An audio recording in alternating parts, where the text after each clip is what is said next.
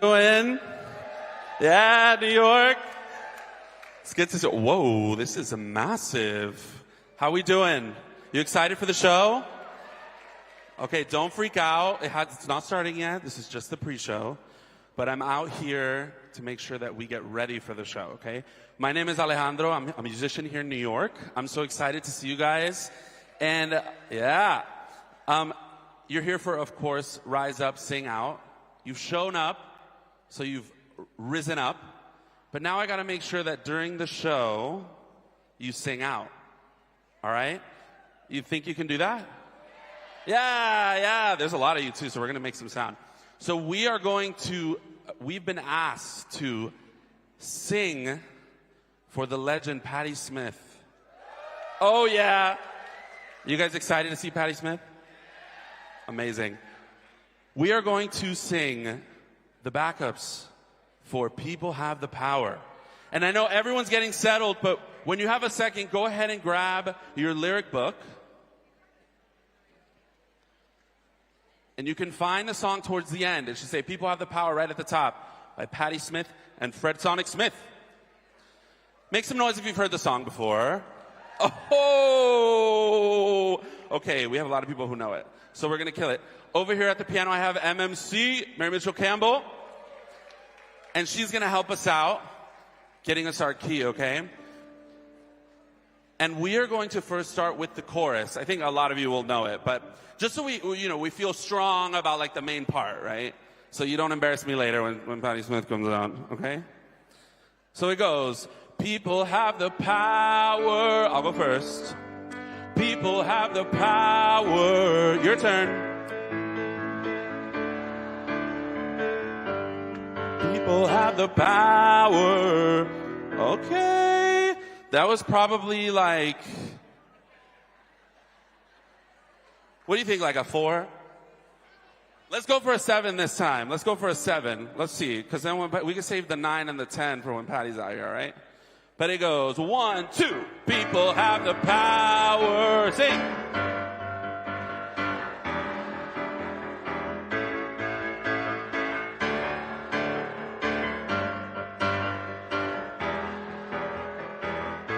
Believe it. Yeah. Okay. That's giving like a 6. All right. We'll aim for the 7 next time, all right? But the song doesn't start like that, all right? So the first thing we do is oohs, all right? It goes ooh, ooh. Your turn, go.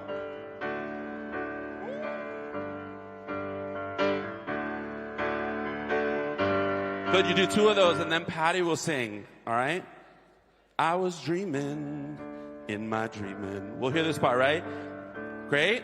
So we're just chilling for that section, okay? Then when you come back in, you're going to look at me. I'm going to go, ooh, ooh. Yeah, you follow along. Keep going. Ooh, ooh. Keep another one. One more. Yep. And then we get to this part that's like these echoes, right? So Patty's going to go, that the people work. All right. Have you been here before?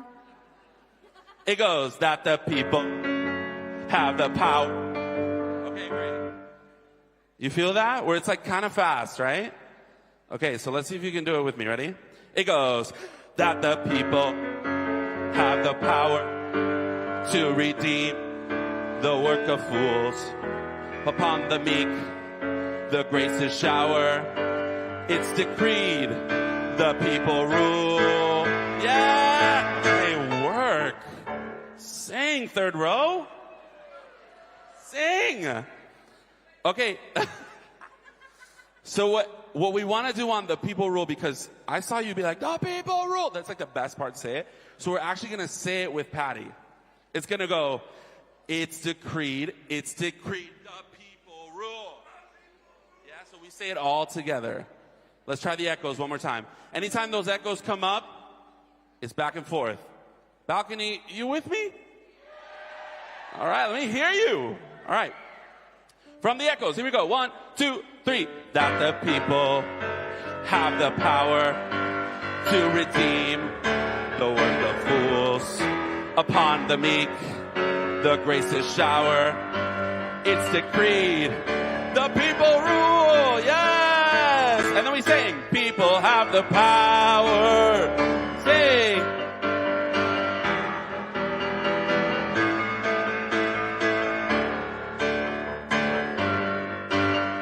Look at me.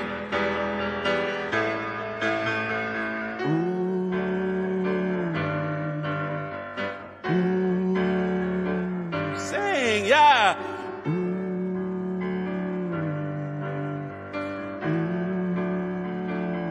Patty's gonna be singing. You're doing oohs, you're doing oohs. And then there's another part that goes like this. People have power. Again. People have power. Echoes in the form of shining valleys where the pure air rarefied and my senses newly opened. I awaken to the cry. Sing the chorus. I hear you. People have the power.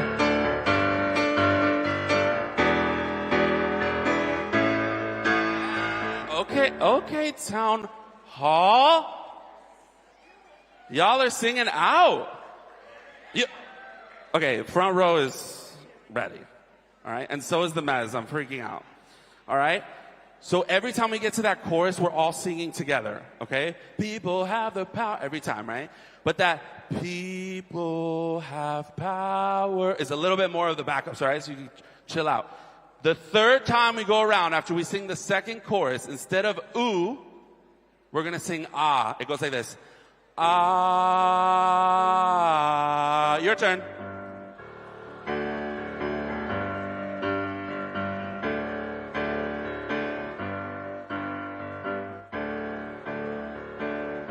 Keep going. Ah. Keep going. Don't get tired on me. Yeah, open up.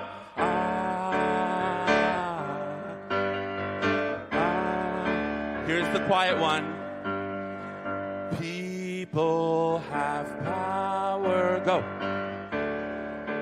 Have power. Again.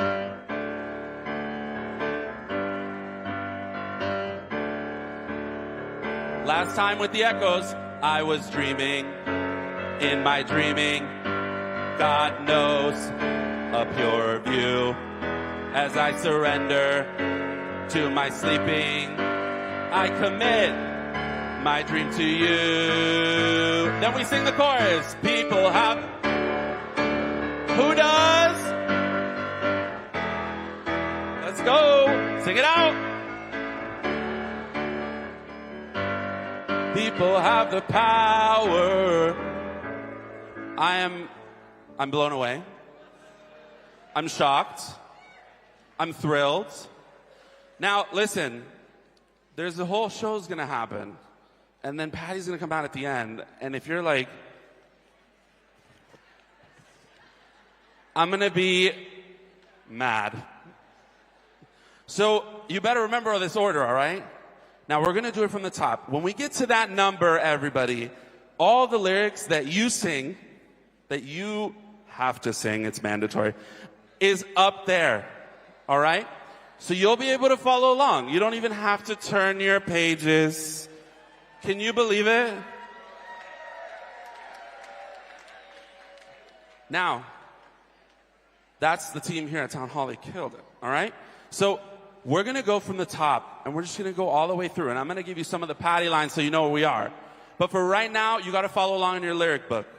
I promise when we get to the show, it'll all be up there. And you know who else will be up here?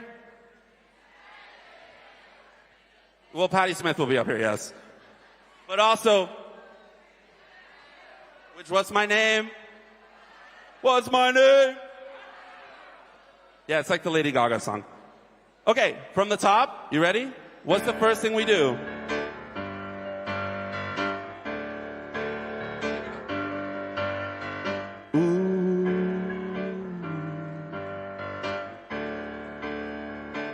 Now Patty goes, I was dreaming in my dreaming, well of an aspect, bright and fair. And my sleeping, it was broken, but my dream it lingered near. Ooze.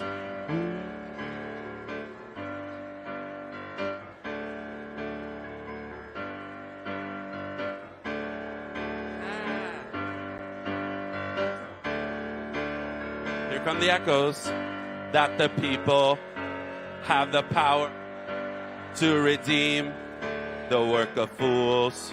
Upon the meek, the graces shower. It's decreed, the people rule. Here we go!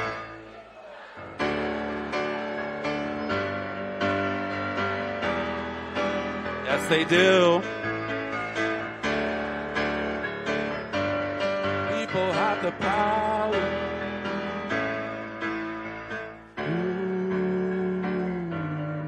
Good job. Keep it going. Patty's singing with you. And the armies ceased advancing because the people had their ear. Here we go. People have power. People have power.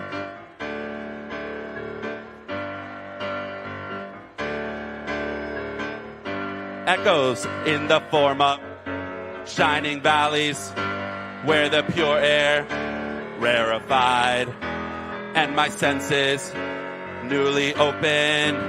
I awakened. Chorus.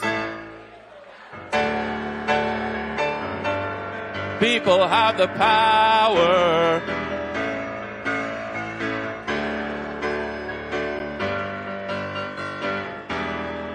Oz, Oz.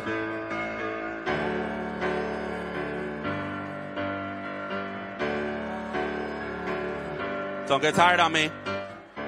Yeah!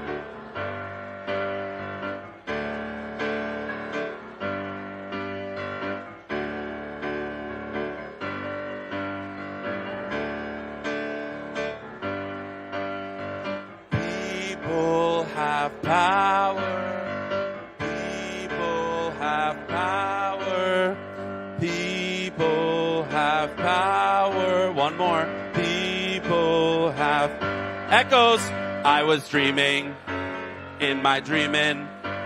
God knows a purer view. As I surrender to my sleeping, I commit my dream to you. Yes, here we go. What? Thank you. Again. People have the power. And you do it again. People have the power.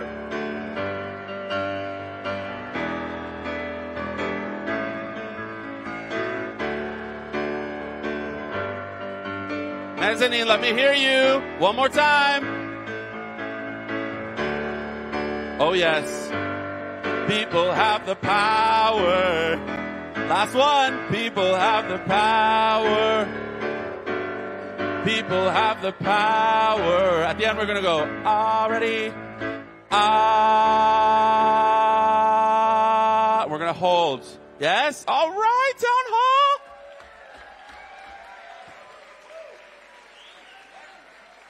You got me sweating, all right? Mary Mitchell on keys. Woo! All right, so when we get to that part, you promise to sing out because you came here to rise up and sing out. We have to make sure that those words are heard. People have the power. All right, I'm not just here to sing a song with you. All right? You think you can do that when Patti Smith comes out? That's right. All right, well, I'll see you then. I'll be right here sweating and being like, yes, thank you. All right, we'll see you later, all right? Thank you, everybody.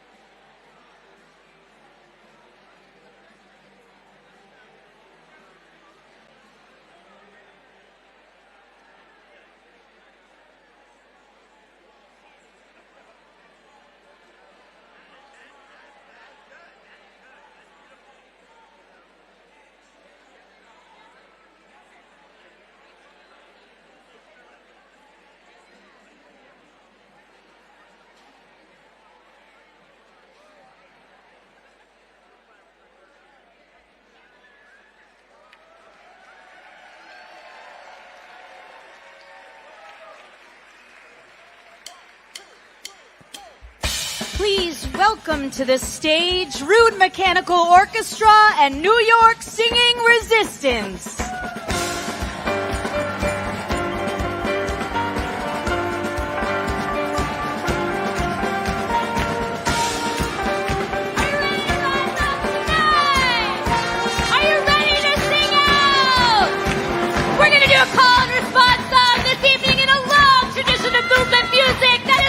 In the spirit of struggle, we're going to unite our voices to fight back against the repression and violence. Are you ready to rise up?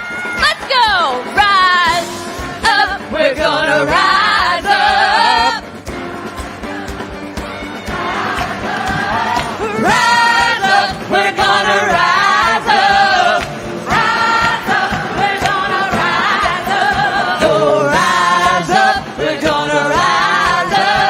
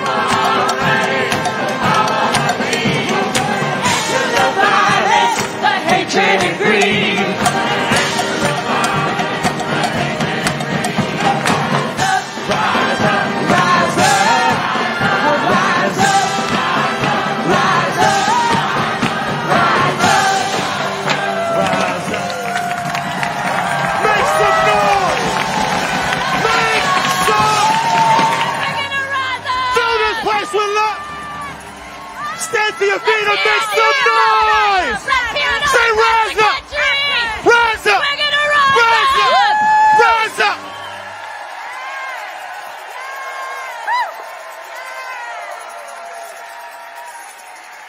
Can I get an amen?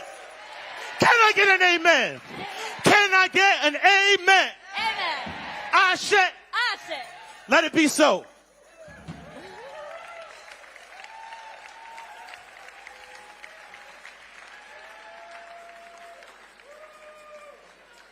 Hollywood fights back.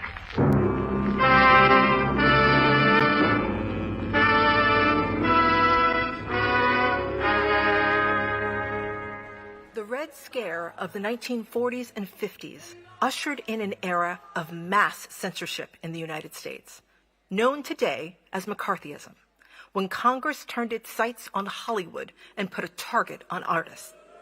In October 1947, a group of screenwriters, directors, and producers were called before the House Un-American Activities Committee and refused to answer the government's questions on First Amendment grounds.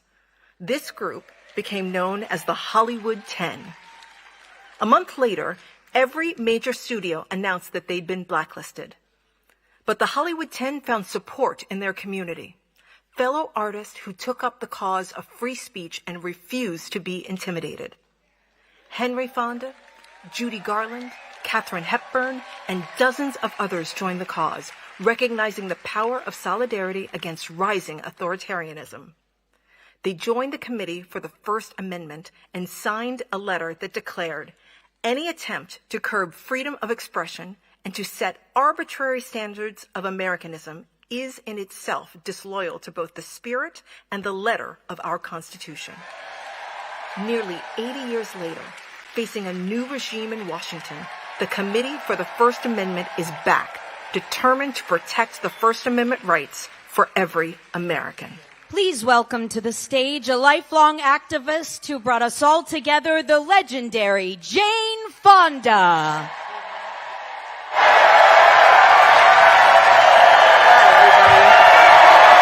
Thank you. Thank you very much. Thank you.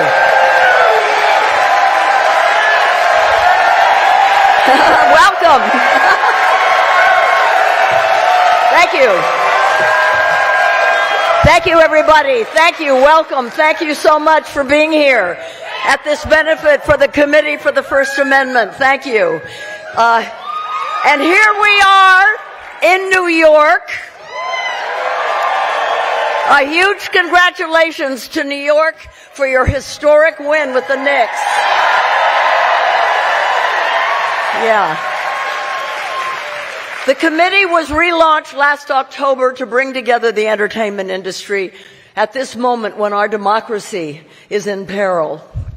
In the face of what's happening, we need our industry to be unified, activated, and unwilling to engage in anticipatory obedience.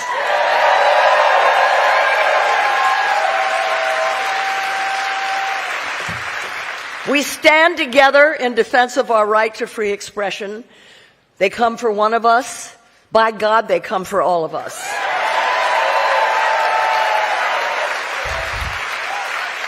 As you saw in the video just now, this isn't the first time that Americans' rights have come under attack. But this time, what is really different from the last century the attacks are coming from every part of the government, the executive, the legislative, and the Supreme Court. There is a clear effort to destroy our fundamental democratic rights and dramatically retake our form of governance. I think the Un-American Activities Committee right now is coming from the White House.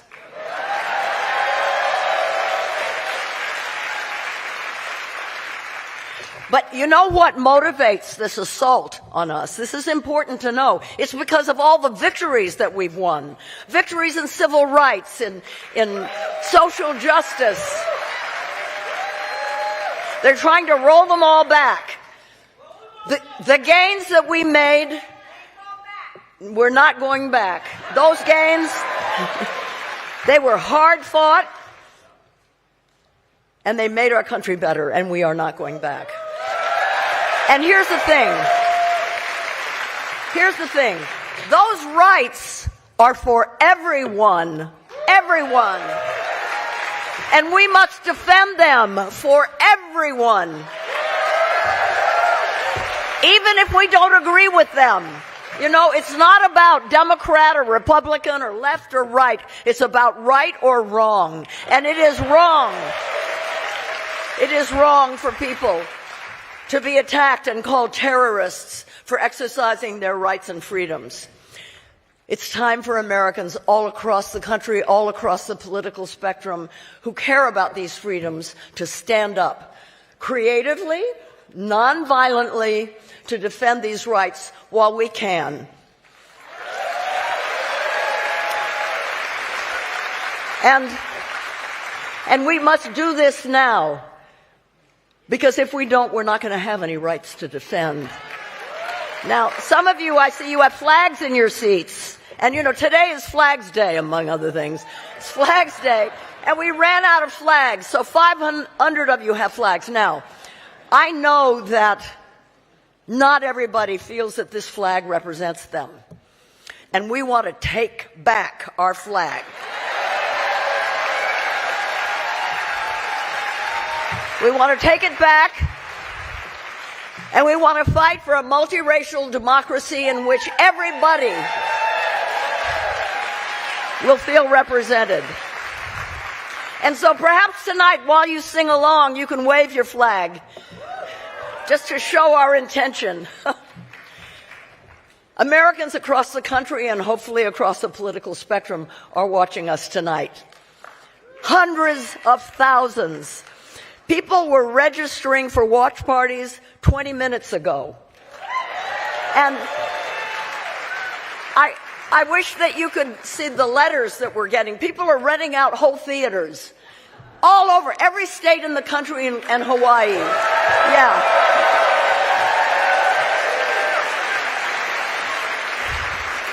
It's because we worked with librarians and churches and Indivisible and No Kings, ACLU, and so much more. So that from church halls to beer halls, people are watching. Hello out there. We feel you with us. Thank you for joining. Woo! And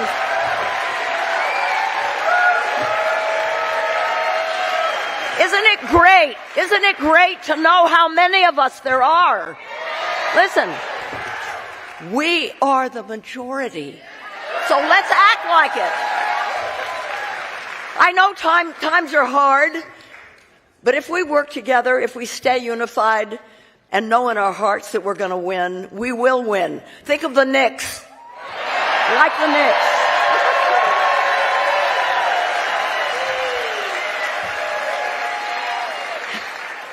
And here's something else. Right on this stage have been fights for freedom. This is truly a historic town hall. It was built over a century ago by suffragists to house It was built to house their League for Political Education, and they stood on this very stage and rallied the masses about the right of women to vote and many other really important things. Those women changed the Constitution right here, and we're here to defend it. Town Hall has also been part of the history of Black Americans, from hosting Marian Anderson's debut performance in 1935 to Langston Hughes's advocacy for racial justice in 1944 to Coretta Scott King's concert for freedom. It raised money for the SCLC. This stage that I am standing on has served as a platform for both artistry and civil rights activism. And tonight we're going to have music with our activism. Music is important. I've been to a lot of rallies over the decades. And one thing that I've observed is that nothing brings people together more powerfully than music. Music speaks a truth that's beyond words. It's a primal unifying force, a common language of resistance and hope. A great speech can inspire a following. A song can define a movement. To read the history of social movements is really to read a songbook, from spirituals during the Civil War and their reinterpretation during the Civil Rights era to folk music during the Vietnam War. Music has galvanized action, sometimes very cleverly skirting the censorship. When we listen to a protest song, we don't just hear the words, we feel the message, right? I've never forgotten in the 60s hearing Joan Baez sing at a protest of hundreds of thousands of people. They were united and inspired by her music. And in the 60s and 70s, I watched the government bend to the will of those people, and we're going to watch it again.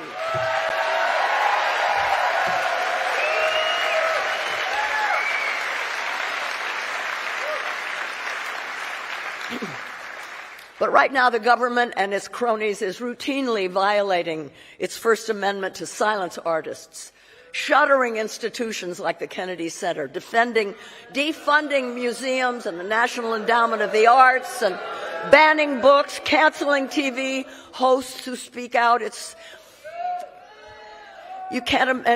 really bad. And it's being allowed by cowardly corporations. I'm not going to name names right now. But I am honored now to pass the mic to artists and activists who continue to speak up and sing out so that we might be inspired to rise up. And thank you again for showing up. Showing up.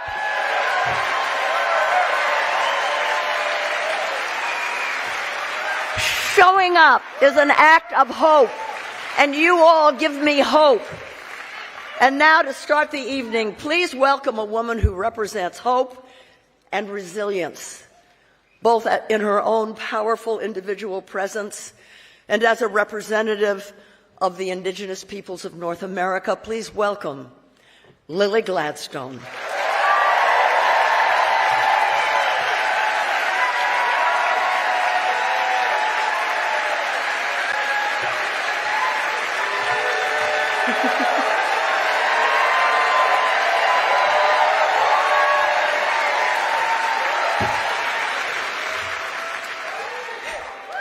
Please settle down.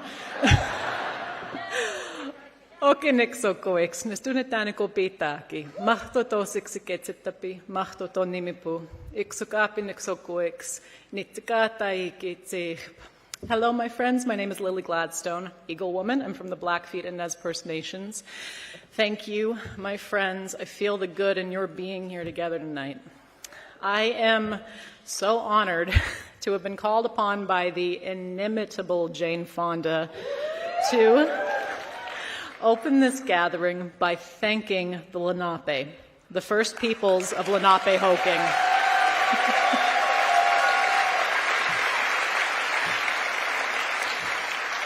Where we sit and stand now, most specifically the Munsee Lenape of Mannahatta, this island of many hills that we now call Manhattan. Lenape land tenure and stewardship of this place predates any lease, any real estate, any idea of individual ownership. And Lenape steps have carved the first pathways of this land that now supports this infamously sleepless and bustling city. Today, you don't have to look too hard to feel and see their legacy all around you. I mean, as you're navigating the streets of New York City, Broadway, named for a trading path, a broad enough avenue for trade with Lenape for beaver pelts. Pearl Street, named for the shoreline of glistening shells where Lenape hand-selected their wampum. These quahog shells, with their contrasting balance of immaculate pearl white and deep undulating shades of purple, were widely gifted, traded, and still to this day are considered sacred. Wampum was also morphed into the Dutch West India Trading Company's favorite form of currency in New Amsterdam, which they subsumed into their own style of trade. Speaking of that, how could we forget Wall Street? Metaphorically, one of the world's hardest walls to breach, it was in fact named after the 2,000-foot-long wall built by black bodies enslaved by the Dutch West India Trading Company to evict and displace Lenape from these lands. Yeah, Wall Street was a literal wall, y'all. Today, the Lenape remain all across Turtle Island, all spread across several sovereign nations in the diaspora of removal, both in Canada and the United States, including but not limited to the Delaware Tribe of Indians in Bartlesville, Oklahoma, the Delaware Nation of Anadarko, Oklahoma, the Stockbridge Munsee community in Bowler, Wisconsin. Today, where we all stand in history, it is alarming, to say the least. For many Americans, this era of division, of stolen speech, broken promises, families torn apart, of risking all you have for the simple right to exist as you are. This may feel unprecedented. You may think, how did we get here? For the first peoples of this land, unfortunately, this has been ongoing since the birth of this country as we know it today. So perhaps the question then is not how did we get here, it's how are we still here?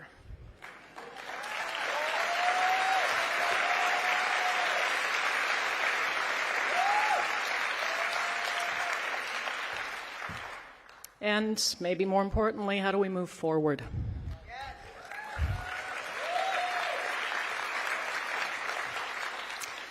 Now, I myself cannot speak for all indigenous peoples of this land, not by a long shot. I can only speak for myself. But being a mixed Native child raised on my Blackfeet Reservation in northwestern Montana, I can speak to teachings that I've heard my whole life.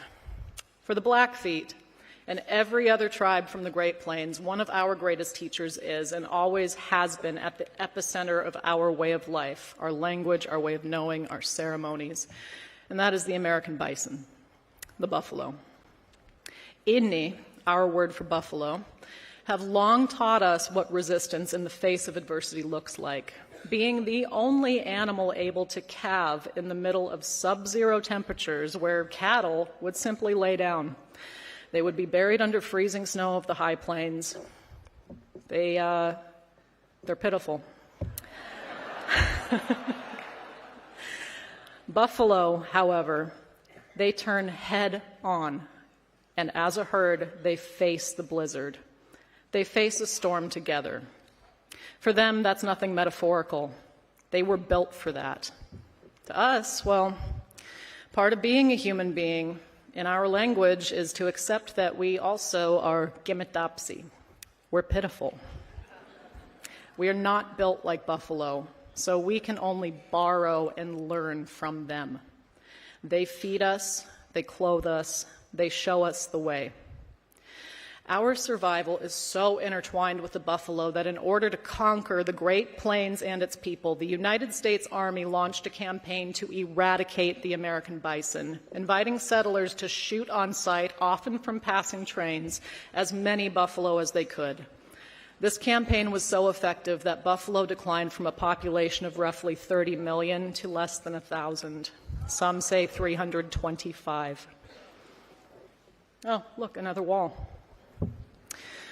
Today, buffalo have grown back to a much healthier but still comparatively thin number, roughly 500,000 head in this country, in large part due to the efforts of indigenous nations across the plains, my tribe included.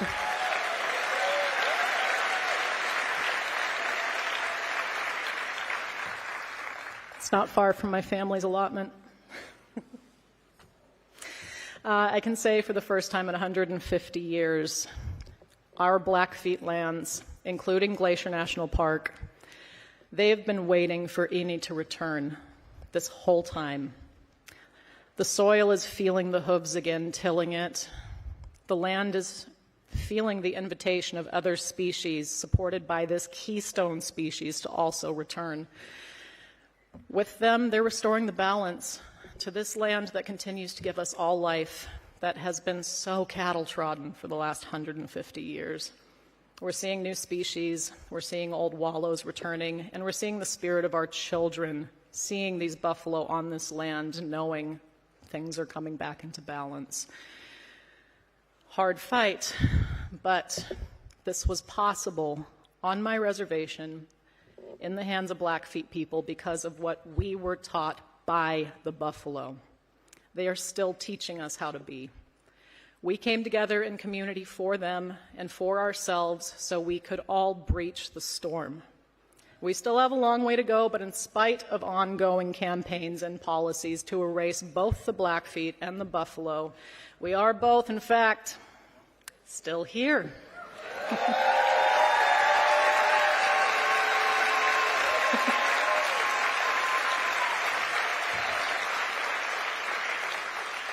This is one example from Indian country, and there are countless others like it. I wish I had time to go into it and describe even a few more of them. There are, after all, 575 federally recognized tribes in the United States, and a few hundred more that are continuing their fight for recognition. Each nation. Each nation has its own story of diversity, its own teachings of survival and cultural perpetuity, and I can tell you it is still in style. It is ongoing, and so are we. So like the buffalo, we were built for this because we were built to be together, united in community with relentless, unapologetic tenacity, working together to ensure the next generation has a future.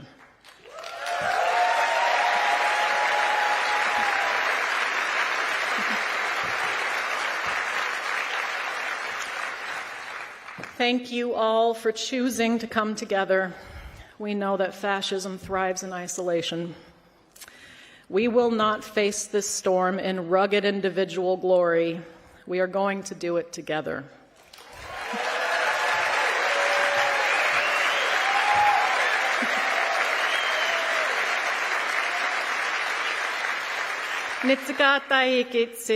Thank you, my friends. I feel good having you here. Thank you.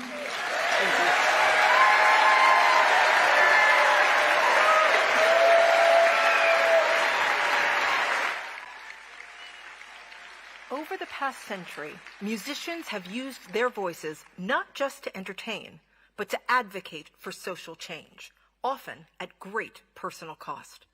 From Marian Anderson blazing a trail for racial equality in the 1930s, to civil rights pioneer Paul Robeson standing up to McCarthyism in the 40s and 50s, to his mentee, Harry Belafonte, carrying on Robeson's legacy with decades of fighting for justice, to Nina Simone making her music the message with songs like Mississippi Goddamn, and Billie Holiday's arrest and imprisonment after singing the anti-lynching protest song Strange Fruit. Artists have used their platform to lift up their fellow Americans and stand up for civil liberties. The Vietnam War brought in an era of folk music as pacifist resistance, with artists like Bob Dylan, Joan Baez, and Peter, Paul, and Mary leading thousands of protesters in song at marches and rallies in the nation's capital. And today, artists like Bruce Springsteen, Tom Morello, Kendrick Lamar, Lucy Dacus, and Bad Bunny continue to fight against tyranny from the microphone at rallies, in concert halls, inspiring the masses with anthems of courage and solidarity. Tonight, we are bringing songs from the past to give us hope for a more just and free future. Because in the immortal words of Sam Cooke, it's been a long time coming, but I know a change is gonna come. Please welcome to the stage singer and activist, Broadway's Sasha Allen.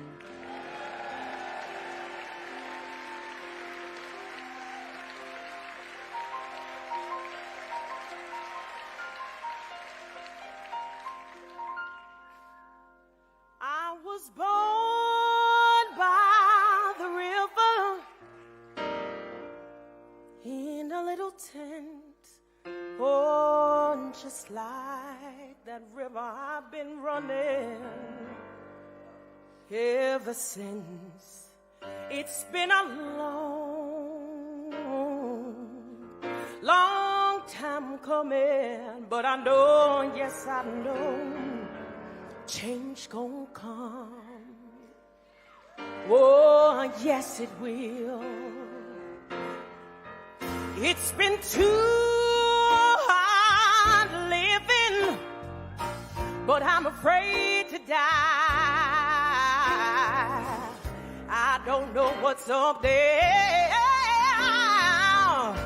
beyond that sky. It's been a long time coming, but I know, yes I know, change gon' come. Oh, yes it will. I go to the movies and I go downtown. Somebody keeps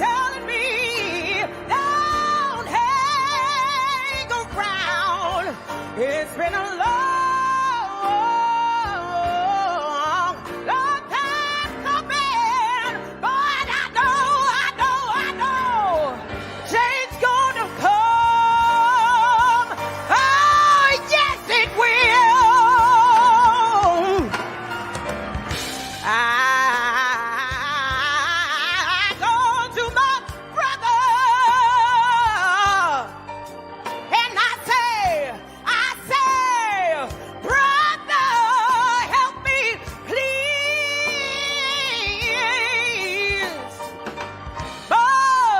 But he winds up knocking me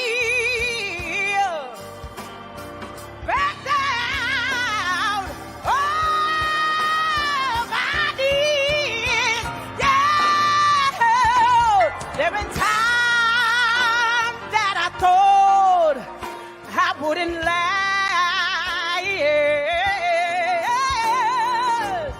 but now I know I'm able to carry on. It's been a long time coming, but I know, change gonna come. Oh, yes it will, yes it will, yes it will. It's been a long time coming, but I know, a change gonna come. Oh, yes it will.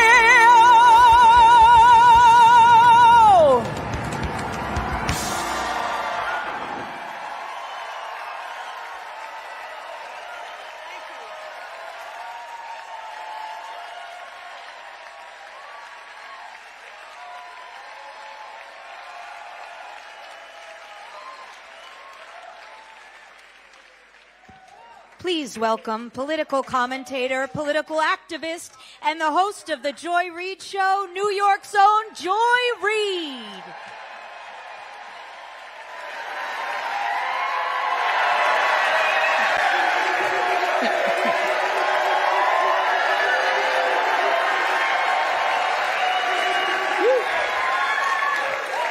I can't believe I have to follow Sasha Allen. Lord have mercy, Jesus.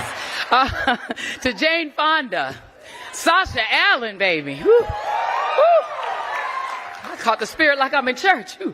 Bette Midler, ooh. Rufus Wainwright, Patti Smith, and all the other legends that I am proud to stand up here with today, and a little intimidated. And to all of you who have gathered in this moment, focused and knowing what our mission is on this No Kings, Knicks in 5 weekend. Sorry, I had to throw that in.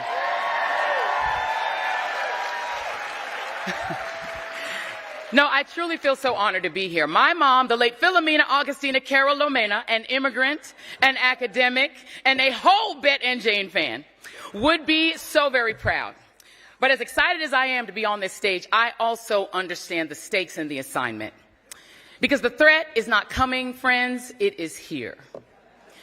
Brendan Carr, the man who wrote the blueprint to dismantle the FCC in Project 2025, is now running it. He is weaponizing the agency to bully and control the press and suppress the wider televised media. Don Lemon arrested, Georgia Fort arrested, Terry Moran fired from ABC, Scott Pelley fired from CBS by the clack of far-right ideologues who bought it and handed it over to a zealot named Bari Weiss, who may soon, she earned those boos, she may soon also control CNN. Jim Acosta out at CNN. Karen Attiah fired from the Washington Post, and me more than a year ago. All of us shown the door for just doing our jobs, standing up to the administration, and in my case, also for speaking out against the genocide.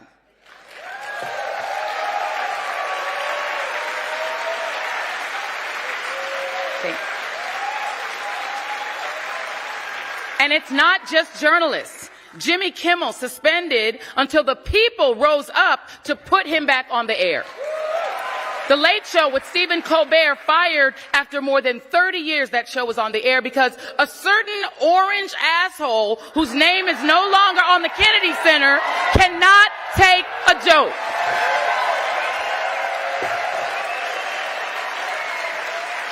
Scott Pelley, one of the most trusted voices in news from what was the most trusted news program in America, 60 Minutes. He told the New York Times, and I quote, "CBS News is on fire." And it gets worse. ABC paid Trump to settle a bogus lawsuit. Paramount paid him. Jeff Bezos ripped "Democracy Dies in Darkness" off of the masthead of the Washington Post and handed Melania a $40 million documentary bribe for a film that nobody but the cult even watched. Trump, he himself posted on his Temu Twitter that my former employer did his bidding when they fired me. This is corporate media on its knees. A handful of billionaires consolidating local stations, newspapers, national networks, turning American journalism into what they hope will become a U.S. version of North Korea. They want us afraid. Trump wants us to shrink when he calls us crooked, stupid, piggy, and when he screams in the faces of women journalists. And by the way, Barbara Walters would never. She would have eaten him alive.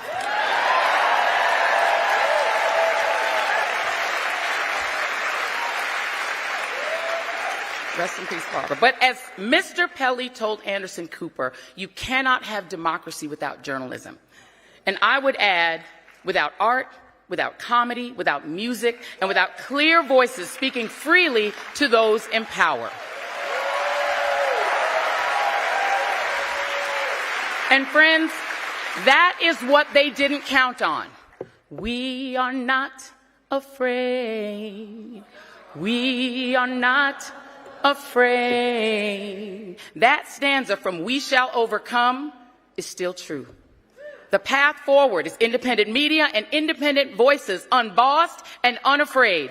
Shirley Chisholm's words are reality. Midas Touch, The Don Lemon Show, The Joy Reid Show, do like and subscribe, The Jim Acosta Show, Katie Fang's podcast, Wajahat Ali, Danielle Moody, Michael Fanone's podcast, Harry Dunn running for Congress, a hero of January 6th, and so many more. We are not shrinking, we are growing. So be louder.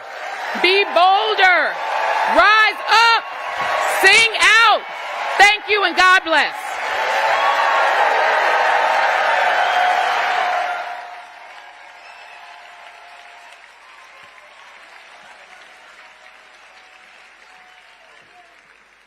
And now, put your hands together for artist and national treasure, Bette Midler.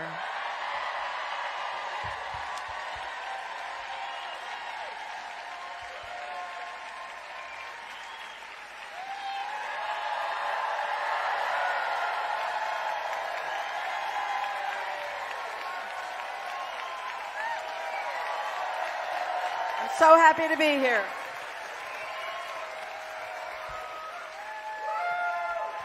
I'm so happy to be here. I'm so proud to be among you all. I really am.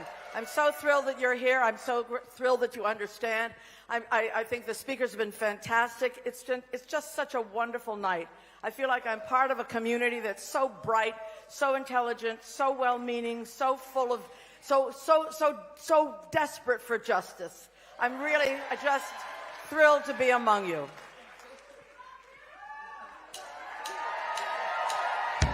I've been around a long time, but I've never lived through what we're living through now.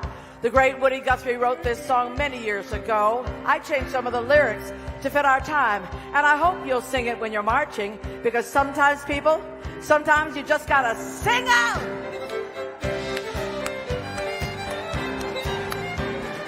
Oh, you fascists bound to lose. Oh, you fascists bound to lose. Yes, sir, oh, you fascists bound to lose.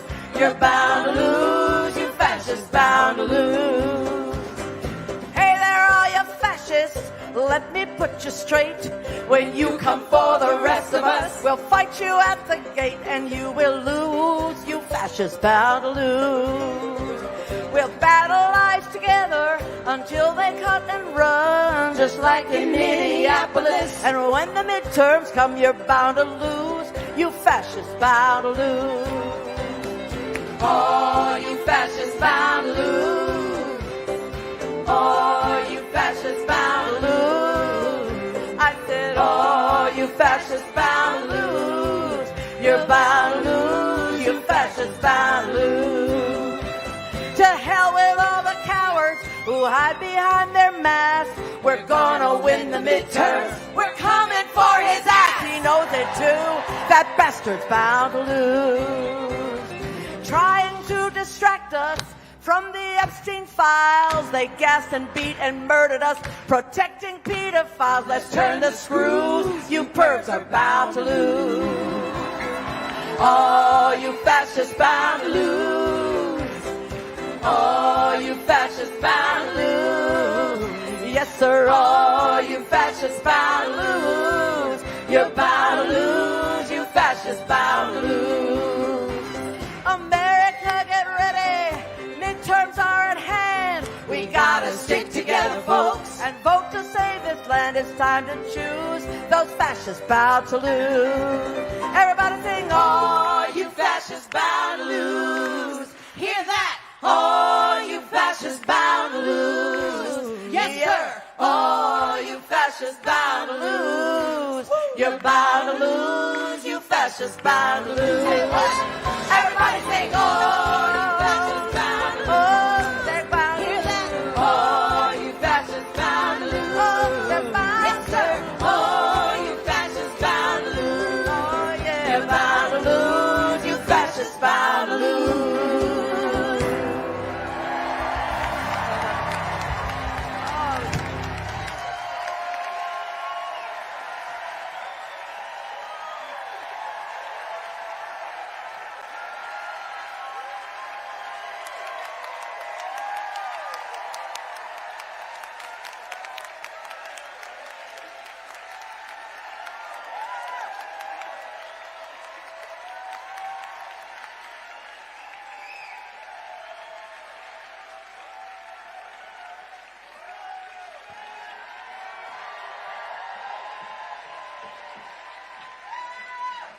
Welcome to the stage, President of the American Library Association, Sam Helmick, and author and President of Authors Against Book Bans, Maggie Takuta Hall.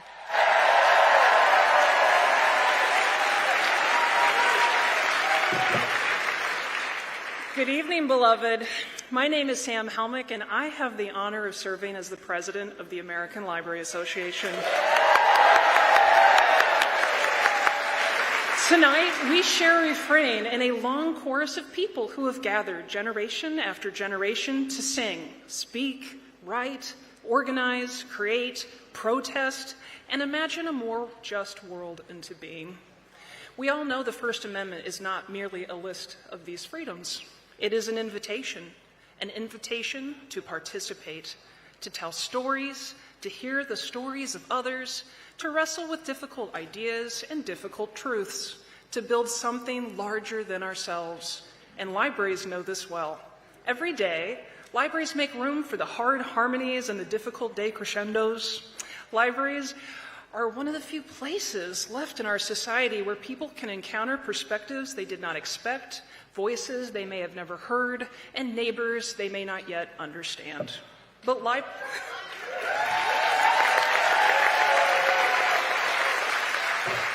But friends, libraries cannot do that work alone.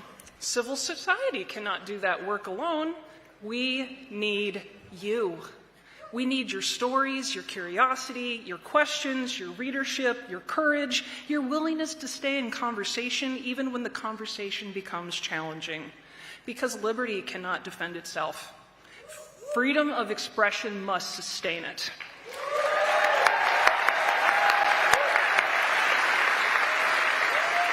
Civil society requires us, people gathering in rooms like this, people showing up in communities like yours, people choosing again and again to believe that every person deserves the dignity of being heard and the freedom to learn. So tonight, as we rise up and sing out, I invite you to practice your freedoms. Visit a library.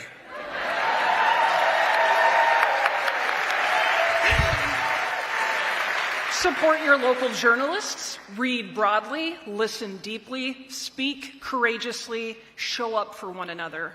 Because the chorus of justice and freedom and democracy has never depended upon a single voice. Its strength has always come from all of us singing together. Thank you.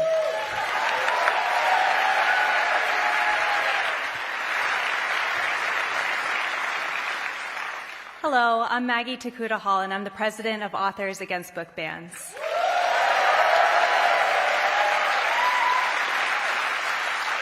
When I wrote a picture book about how my grandparents met during World War II in a Japanese-American internment camp, I didn't expect a lot of controversy. But I found myself in the center of a national one about censorship when I was offered a publishing deal, which was contingent on me removing the word racism from the book. I said no, and I said no publicly, and I thought that that would be the end of it.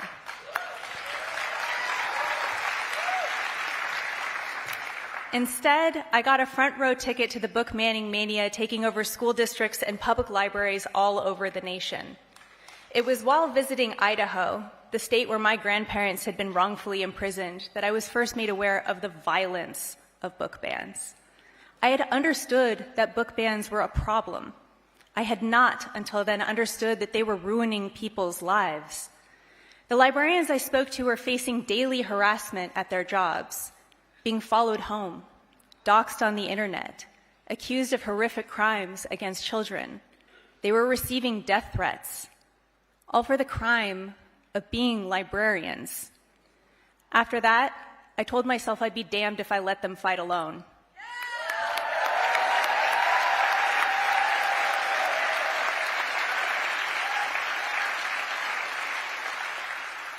And so I proudly joined with other book creators to form what is now Authors Against Book Bans, a coalition of over 5,000 creators all across the country, united under a single guiding principle, that it is not the government's place to tell us what we get to read.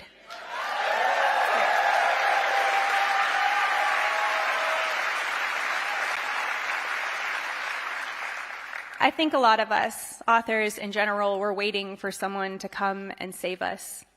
But it's become clear no one is coming.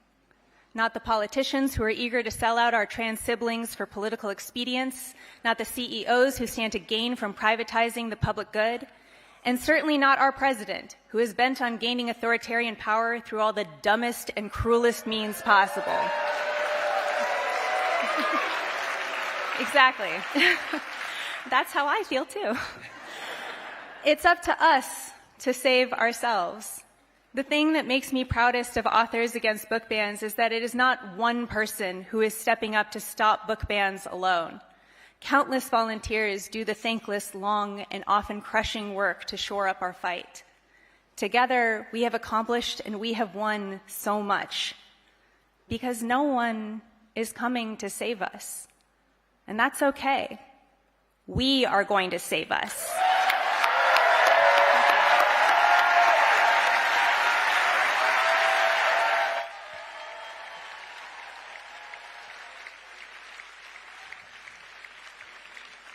Everyone, please give a warm welcome to some special guests who are here to talk about the impact of family detention and family separation, accompanied by Ms. Rachel, Pastor Garcia, and the Peace Poets.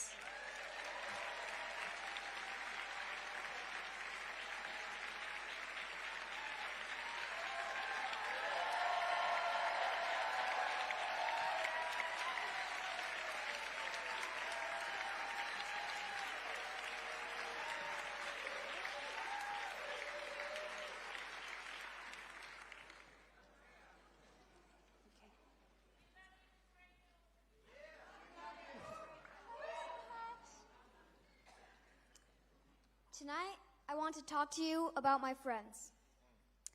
So many of them have been detained or separated from their parents, and I've seen how much it hurts them.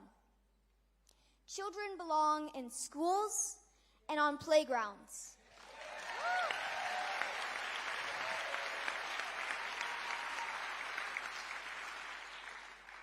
Not in detention centers.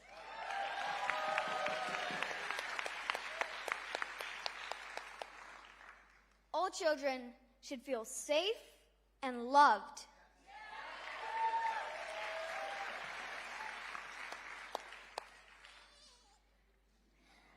Not just those that look a certain way, speak a certain language, or were born here.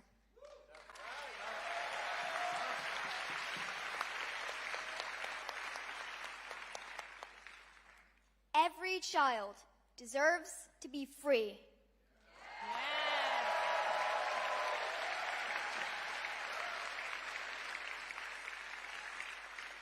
I'm Pastor Garcia. I'm from Texas, and along with my daughter, I've seen directly the suffering caused by ICE in my congregation. And across the country, ICE has detained thousands of babies, toddlers, and children. They have separated them from their schools and communities. They have held them behind walls and wire. Now is the time for us to decide. How will we respond to this injustice? How will we respond to the cries of our children? Jesus taught us, as is taught in every faith, to love and care for all children with generosity and with courage. As a mom and a pastor, I know that this is what we must do. This is our call. We must stand up and speak loudly and say harming children is wrong and it must end.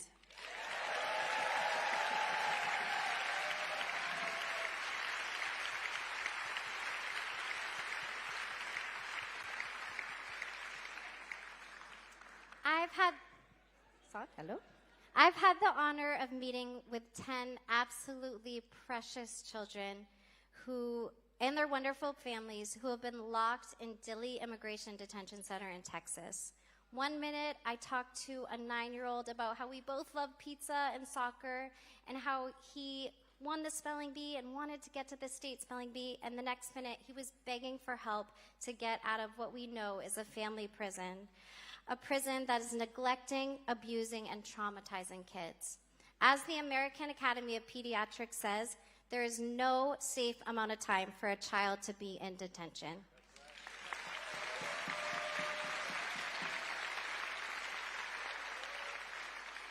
Dilley Immigration Detention Center must be shut down.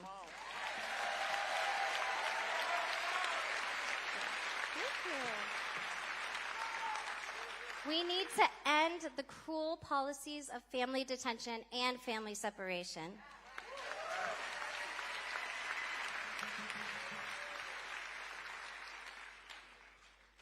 My name is Ariana. I am 14 years old. I was detained and separated from my siblings for 50 days.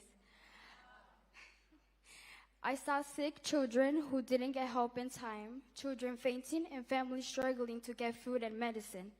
I missed out on school, time with my family, and the peace of mind that every child deserves. Today, I am here to raise awareness, to remind you that behind every number, there is a family. There are human beings. There are children with dreams, fears, and hopes. My story matters, and so do the stories of thousands of children like me.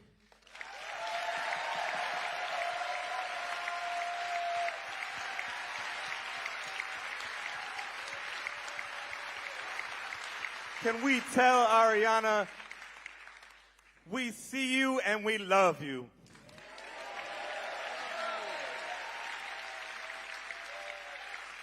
And because your life matters, because the lives of all our children matter more than anything, we went inside Dilley.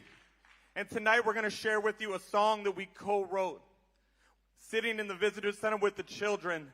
And now they sing that song to keep hope alive each night.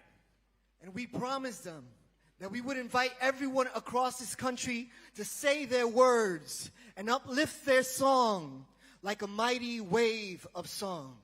And we need you, your voice, to connect to a movement to free families forever.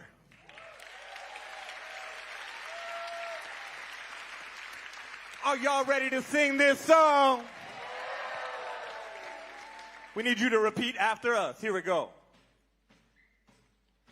I sing from here and You sing from there. Try that. I sing from here, you sing. And you sing from there. Together, together we'll sing down the walls everywhere. Say it loud. Together we'll sing down the walls everywhere. We say the love in our heart like the waves of the sea. Say it with us. The love in our heart like the waves of the sea. Together, together we'll sing until everyone's free. Say it loud together. Together we'll sing until everyone's Let's do it all together. I sing from here, you sing. And you sing from there. Together, together we'll sing down the walls Say the love in our heart. The love in our hearts like the waves of the sea. Together, together we'll sing until One more time, say together. Free. Together we'll sing until everyone's free. And so right now I can tell you learn the words and that our people across the country learn the words. But this is a time we need something different. We need to dig deep into our hearts and sing it like our voice could break down the walls of detention centers. Yes, yes. So we're going to sing it in Spanish the way our children are singing it on the inside. I don't care how y'all sing it. We just need to sing it like we mean it. Are y'all ready to do this? Yo canto acá y tú cantas allá. Try that. Yo canto acá, tú cantas allá. Juntos, juntos los muros vamos a tumbar. Try that. Juntos, juntos los muros vamos a nuestro tumbar. Nuestro amor como olas del mar. Try that. Con nuestro amor como olas del mar. Cantando llegamos a la Okay, todos libertad. juntos vamos. Cantando llegamos a la libertad. Cantando llegamos a la like a promise. Cantando llegamos a la libertad. Together we'll sing until everyone's together. Together we'll sing until everyone's free.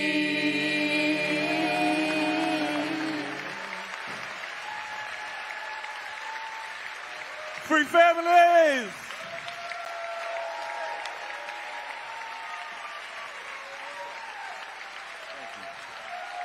Thank you.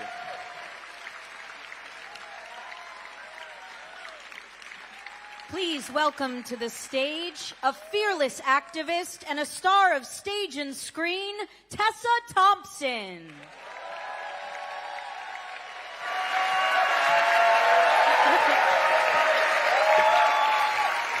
Hi, everybody. Wowie zowie, what a night. What a weekend, right? Last night, now this. I mean, come on. I don't know about anybody else, but last night, much as my spirit wanted to be celebrating in the streets, my body wanted to be celebrating on its couch. And that's what I did, which is my American right. But while I was doing that, I was looking at all of these photographs and videos of people celebrating in the street, and I came across a turn of phrase that I had never heard before, which is collective effervescence. And, right? And that is what we are engaging in tonight, so I want to thank all of you for being here.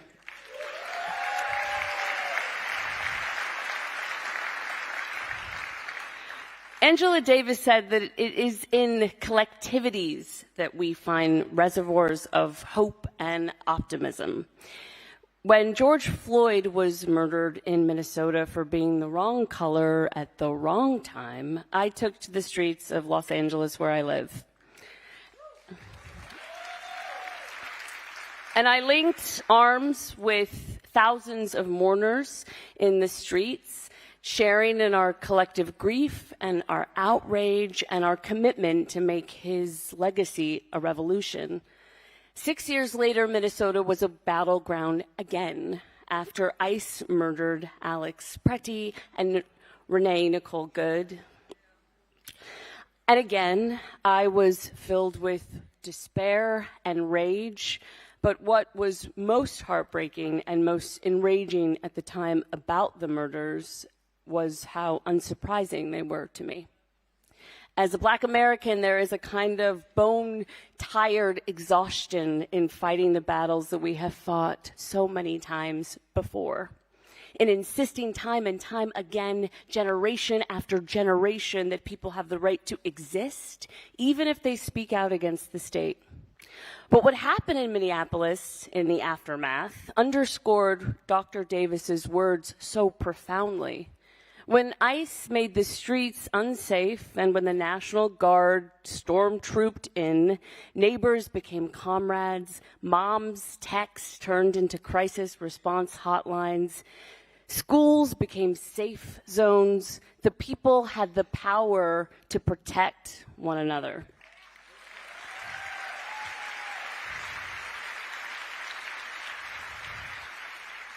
And the people refused to let Renee Good and Alex Pretty's murders intimidate them into inaction. The collective became the hope.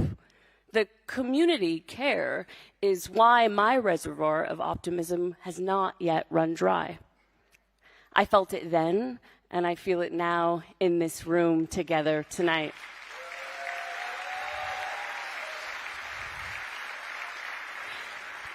So it's our job, even and especially in the face of despair, to keep that hope alive. So thank you so much for being here tonight.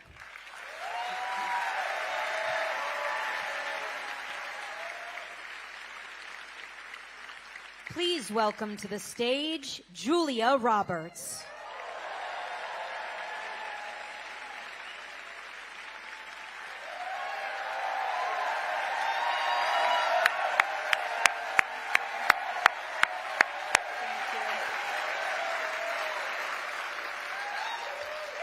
Thank you so much. Thank you so much for being here. Hi. I don't know about you guys, but my heart is beating really fast right now. And I would just like to take a moment together. Let's all just put our phones down for just a second. You can pick them back up in a minute. They will survive without you. But do this for me. Just put your hand on your beating heart and just close your eyes. And just take a really deep breath in and breathe in all that hope, all that love, and just breathe out all that fear. Just let it all go. And that is the power that we all have together. Yeah.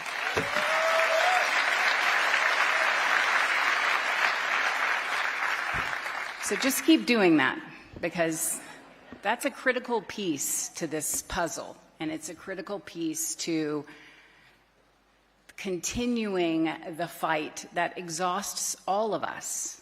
We all feel like, I can't turn the news on, I don't want to hear it.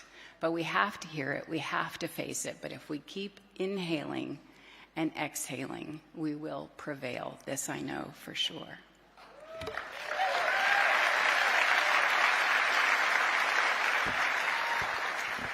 And I know backstage they're thinking, okay, she wasn't supposed to say any of that. So now I'm going to get to business, to the beautiful business that I'm here for, which is to talk about Renee Nicole Good. Yeah.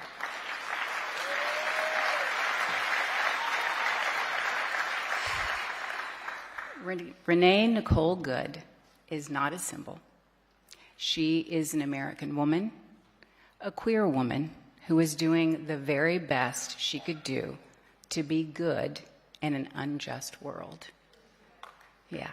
And I am honored to celebrate her life and her legacy tonight, because the life she gave is our responsibility to carry.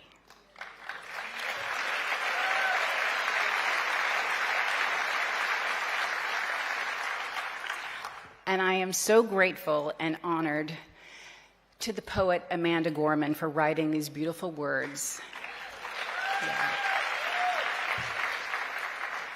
that I am allowed to share with you now. And it is with her blessing that I do so. This poem is entitled For Renee Nicole Good. They say she is no more, that her absence roars, blood blown like a rose, iced wheels flinched and froze. Now bare riot of candles, dark fury of flowers, pure howling of hymns, if for us she arose somewhere in the pitched deep of our grief, crouches our power, the howl where we begin straining upon the edge of the crooked crater of the worst of what we've been. Change is only possible and all the greater when the labor and bitter anger of our neighbors is moved by the love and better angels of our nature. What they call death and void, we know is breath and voice. In the end, gorgeously endures our enormity. You could believe departed to be the dawn when the blank night has so long stood. But our bright fled angels will never be fully gone when they forever are so fiercely good.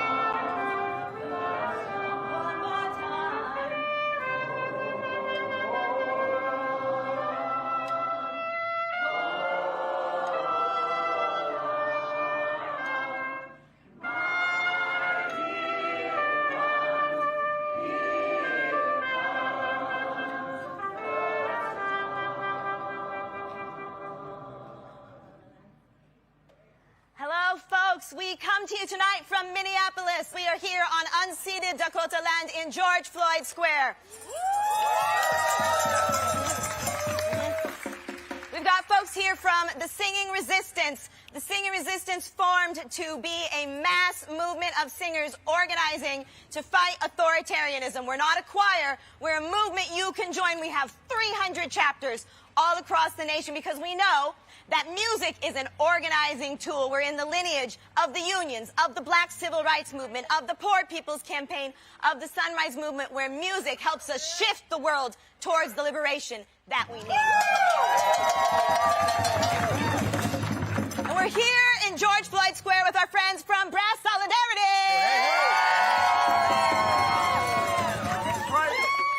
We are Brass Solidarity. We have been hosting a sonic occupation in George Floyd Square ever since a year after his murder. We've stayed right here with the neighbors because our solidarity is brass. Because, like Singing Resistance, we come from a long spiritual lineage and not going for the okie doke. So, if you want to join the band, pull up on us. We are people who care, and that's how we show up here. Whose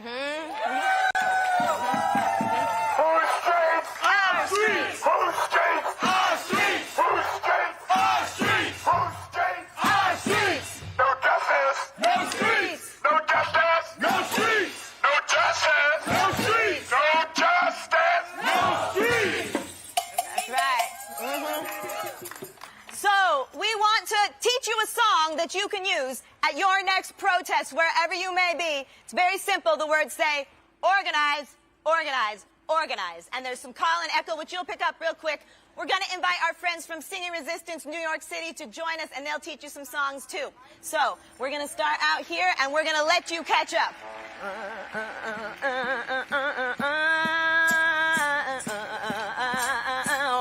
2, 3. We got to organize, organize, organize. We got to organize, organize, organize. We got to organize, organize, organize. Organize, organize, organize. Oh, organize, organize, organize. Organize, organize, organize. Organize, organize, organize. Organize, organize, organize. We want justice for our people. So let's get organized for what we believe. Call it back. We want justice for our people. So let's get organized for what we believe. We want justice. We want justice for our people. So let's get organized for what we believe. That's why we got to organize, organize, organize. Organize, organize, organize. Organize, organize, organize.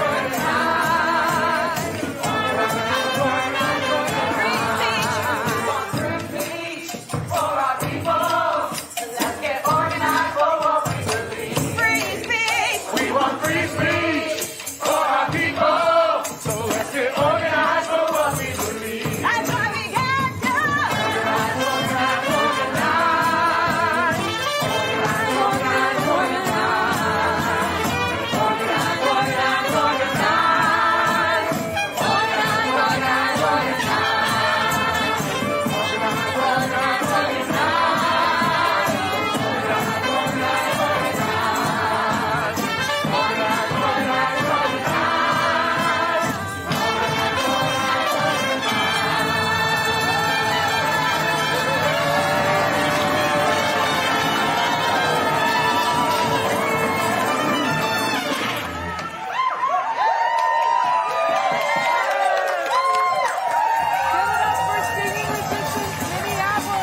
Give it up for our friends in Minneapolis. Right. So Minneapolis inspired the world with the power of song.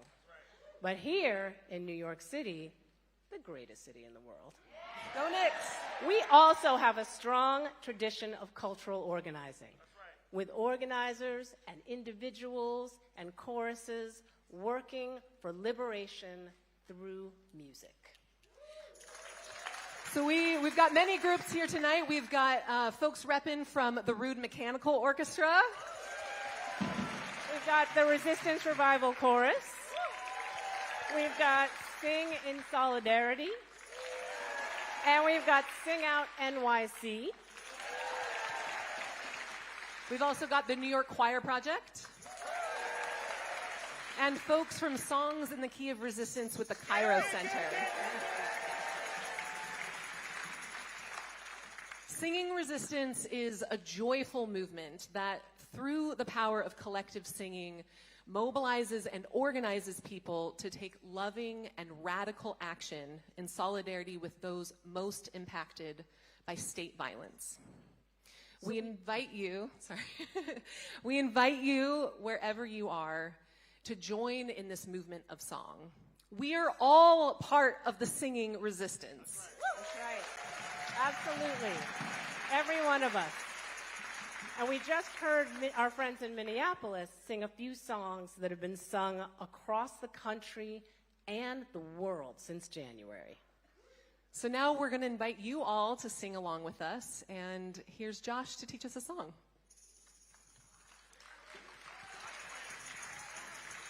Say these words with me.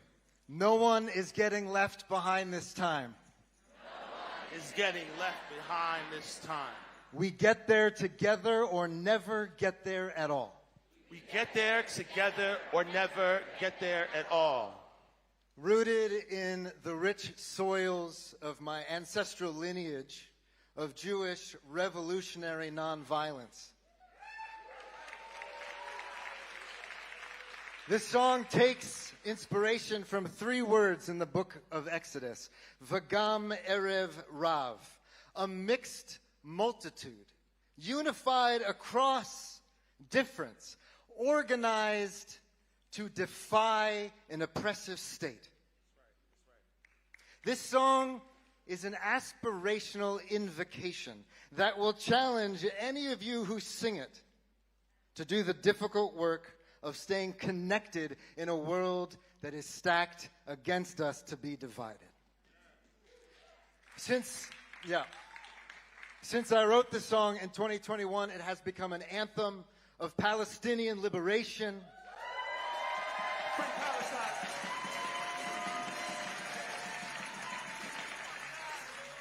of immigrant justice,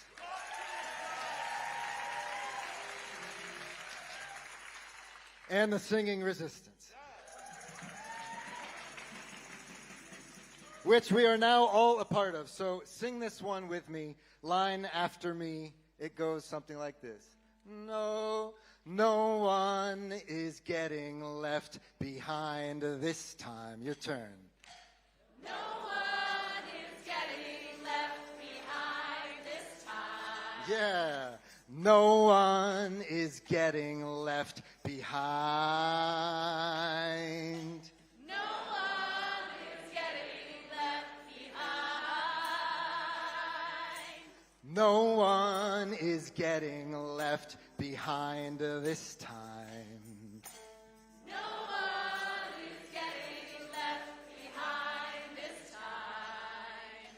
We get there together or never get there at all. Try that. We get there together or never get there at all. We get there together or never get there at all. We get there together or never. We sound amazing. We get there together or never get there at all. We get there together or never get there at all. Here we go. No one's getting left behind this time. No one is getting left behind this time. No one is getting left behind. Not this time. No one is getting left behind this time. How do we get there? Together or never get there at all. We get there together. Sing. We get there together or never get there at all. We get there together. We get there together or never get there at all. Everybody say no one. Put your hands together. No one. No one is getting left behind. I want to hear you say no No one. one is getting left behind this time. None. We get there together. Together or never get there at all. I want to hear you say We get there together or never get there at all. we get there. We get there together or never get there. Oh, on your feet, everybody stand up. No one is getting left behind this time. No one is getting left behind. No one is getting left behind this time. How do we get there? We get there together. Stand to your feet, everybody. We get there together, never get there at all. Everybody stand and sing. We get there together, never get there at all. Woo, make some noise. Make some noise. My May God. it be so, may it be so. Make some noise. Me here at the top, make some noise.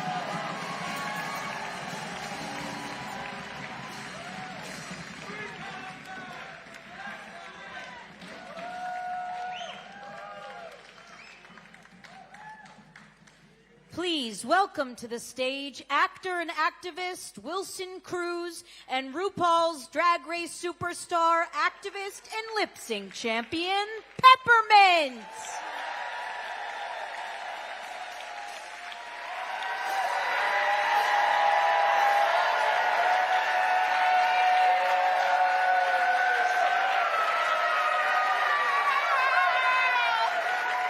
Oh my God, we love you so much. Before we say what we're prepared to say, I just have to take a personal moment to say Happy Puerto Rican Pride Day to all my Boricuas in the house and watching. Te amo, Boricua. All right, go. Ow! Hi, everyone. Hey. Oh! My name is Peppermint. I am a 46, okay, 46-year-old trans woman. That's right. And I am standing here with my fabulous friend, Wilson Cruz, today very proudly and fabulously because of music. Growing up, like many of my trans siblings, I hid who I was. Jane Fonda said that music can speak the truth. For me, it was a way that I could live my truth. As a young musical theater student from Pennsylvania, go PA, singing and performing were how I could be myself. And for a queer little kid in the closet, music opened the door. I'm standing on this stage, because of stages just like it, and spotlights that showed me and the world I was always who I was meant to be.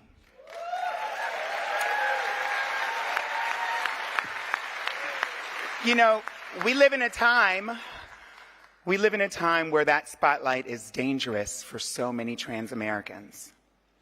Trans children who should be living openly in their truth are intimidated by a government that cares more about censoring their bodies than feeding them. A government more concerned with what school sports they can play than whether or not those very schools are properly funded. These attacks on the trans community, they serve as a distraction from the immense hoarding of wealth and resources by billionaires and now trillionaires. A distraction from the failures of this government to protect its people instead of harming them. And these discriminatory attacks on the trans community also distract us from the very lopsided rate of anti-trans violence and murder that way too many trans people have fallen victim to. 11 trans people have been murdered in the past 3 months in this country, and I've not seen a single word about it on the news. I grew up during a time when transness wasn't recognized or talked about, and yet here I am, baby.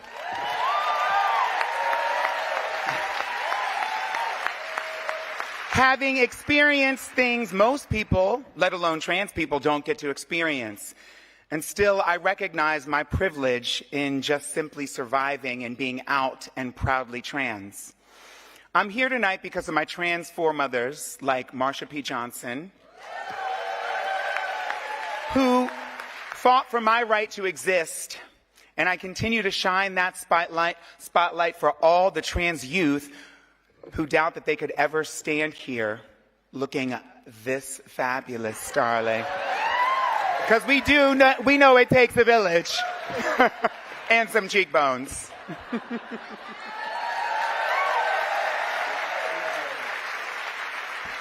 Thank you, Peppermint. And I also stand here along with Peppermint representing all of the young people who are trying to make their schools safe in a time that this government is making very difficult to do so. And so as the board chair at GLSEN, I want to say hello to all of those young students out there who are doing just that. And with that, I want to remind you that this is Pride Month in America.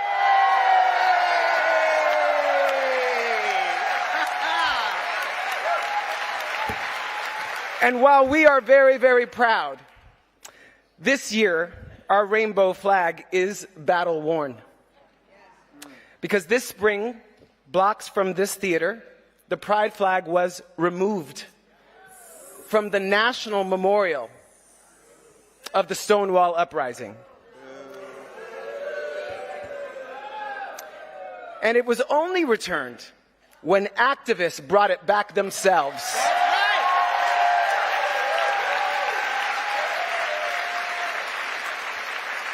When the governor of Texas clicked his little boot spurs and had all the rainbow crosswalks painted over, activists grabbed their brushes and painted the sidewalks instead.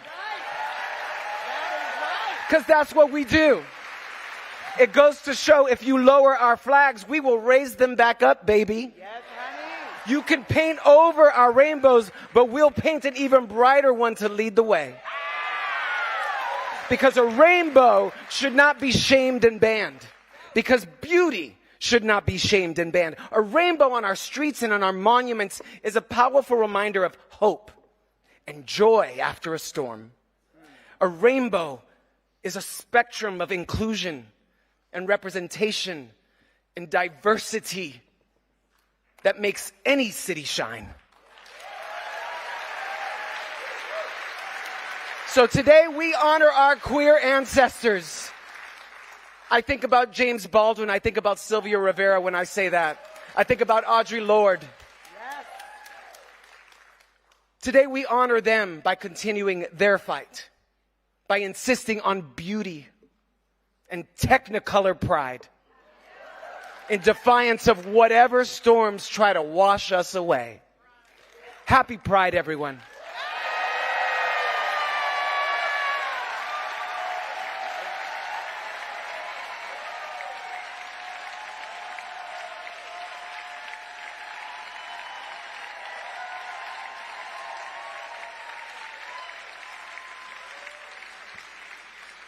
And now, put your hands together for the magical, mystical Rufus Wainwright.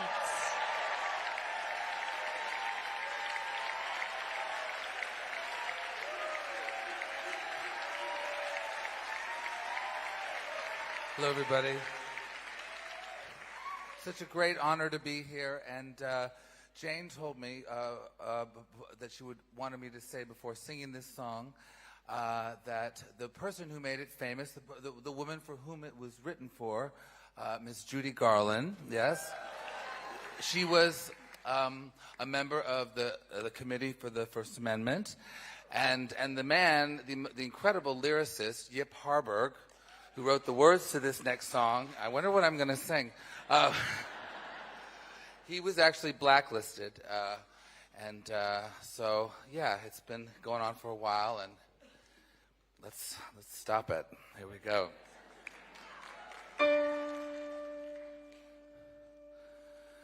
Somewhere over the rainbow, way up high, there's a land that I've heard of once in a lullaby.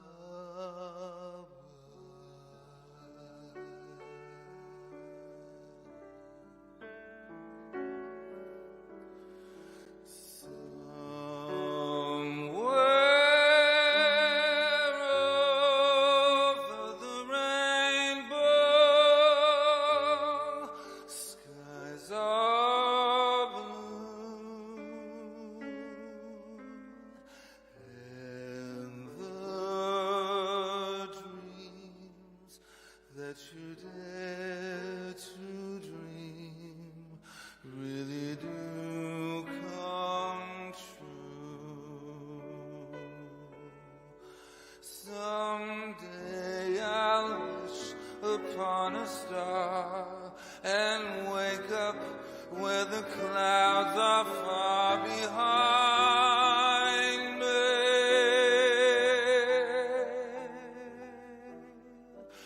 where troubles melt like lemon drops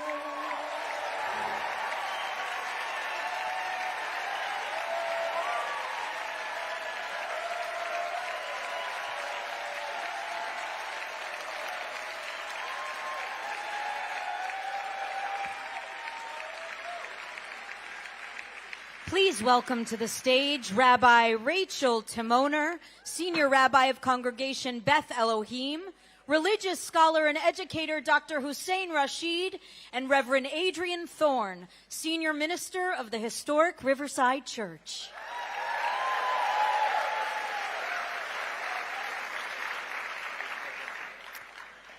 The First Amendment's Freedom of Religion Clause prohibits the government from establishing a national religion.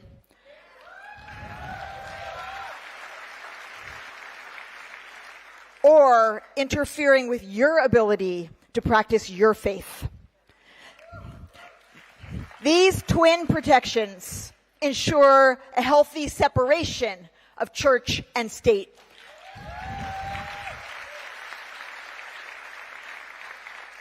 Allowing individuals to believe and practice or abstain entirely from any religion, any God.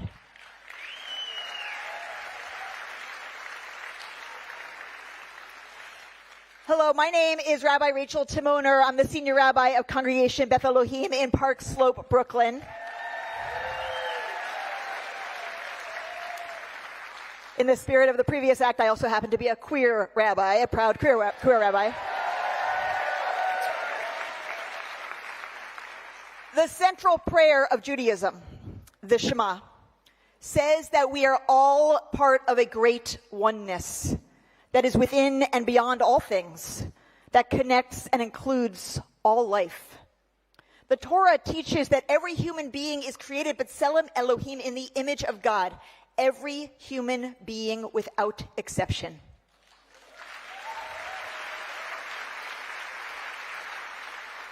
The Mishnah teaches that it is the diversity of human beings that testifies to God's greatness. And in the Talmud, the rabbis taught that multiple truths can coexist simultaneously, so that when we disagree, we should expect that the other's perspective contains truth.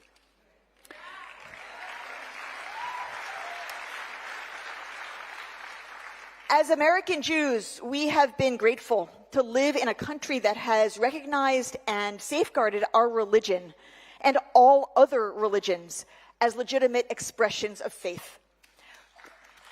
We have been grateful to live in a country that has protected us and others from the imposition of any religion by the state. These two ideas, the freedom to practice our religion and the freedom from religion, are essential to our safety and our belonging in America.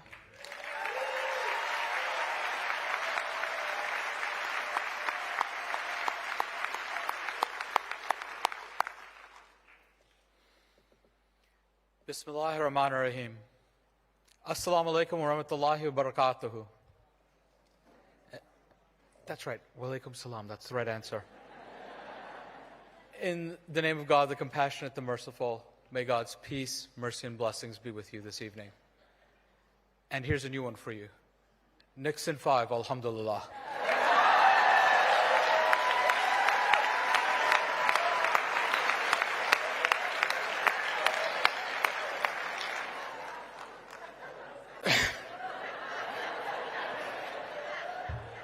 I gotta get my lines in somehow. All right. My name is Hussein Rashid, and I'm an academic and a religious leader from a Shia Muslim background. And today we are about 3 days from entering a season of justice for us, where we'll begin the first month of the Muslim calendar, the month of Muharram. And during this month, the grandson of the Prophet Muhammad, peace be upon him and his family, my namesake, Hussein, Imam Hussein, peace be upon him, was martyred in Karbala, in modern-day Iraq, for daring to stand and act for truth and justice. When tyranny came, he said no, and gave his life for that. The Quran commands us to stand for justice, even against our own selves, and especially against the powerful. And that lesson applies, I think, to the First Amendment as well. The First Amendment was crafted, in part, so that the intra-Christian warfare that the framers of the Constitution knew would not happen here in the United States. Because religion and state power are a terrible, terrible mix.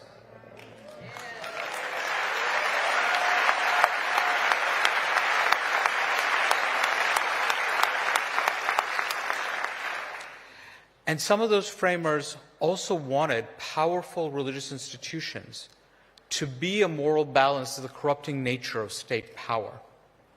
And so we have to understand the First Amendment is about our ability to worship freely and to work for justice, especially against the powerful, because anything else would be un-American. Thank you.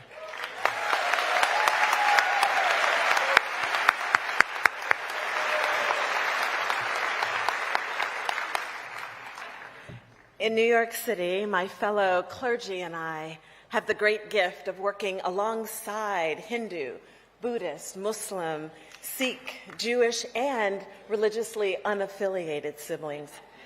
You cannot share meals and stories and taxis and not broaden your beliefs. You cannot.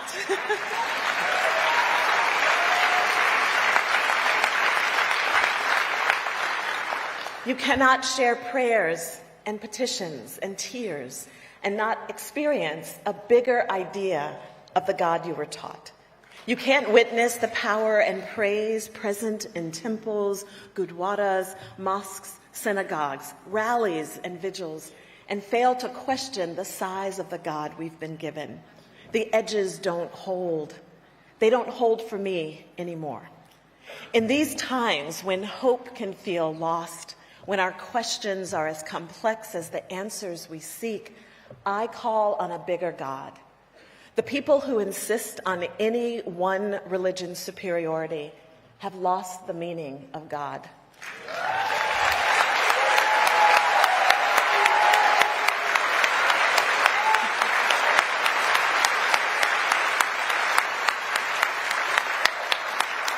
It is because of the right for people of many faiths to each practice their sacred rituals that my relationship to God has grown. In that way, the freedom of religion is a holy right. I love the questions and the wrestling and the doubt that being human brings. And I love that I've lived long enough to confidently declare that God is big enough to hold us all.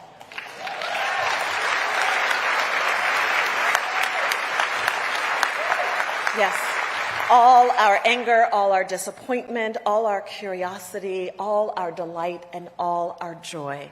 The God of the universe is big enough to hold all of who we are and all of what we carry. My faith is not weaker for it. In stretching its boundaries, it has only grown bigger. And for that, all I can say is thanks be to God. Every God for all of us.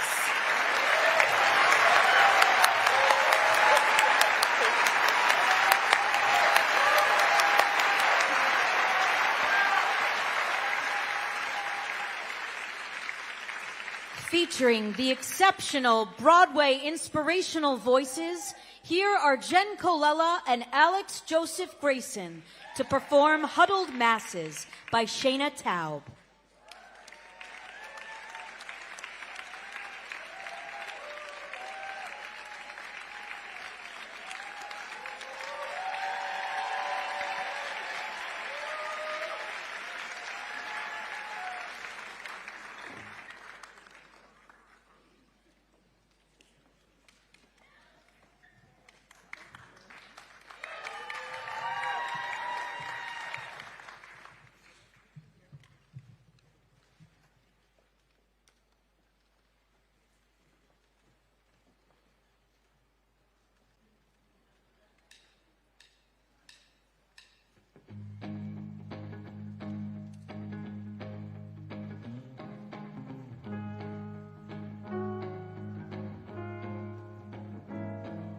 There once was a little boy who dreamed of preaching the gospel truth.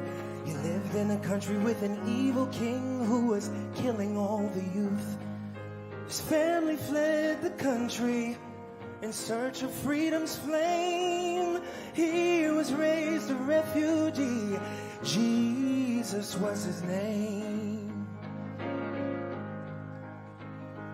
Give me your tired, your poor, your huddled masses on your teeming shore, yearning to breathe free.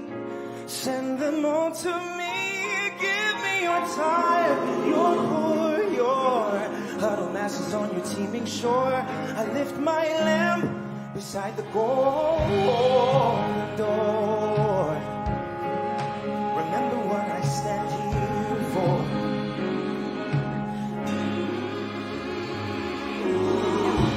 Little girl who dreamed of being a writer.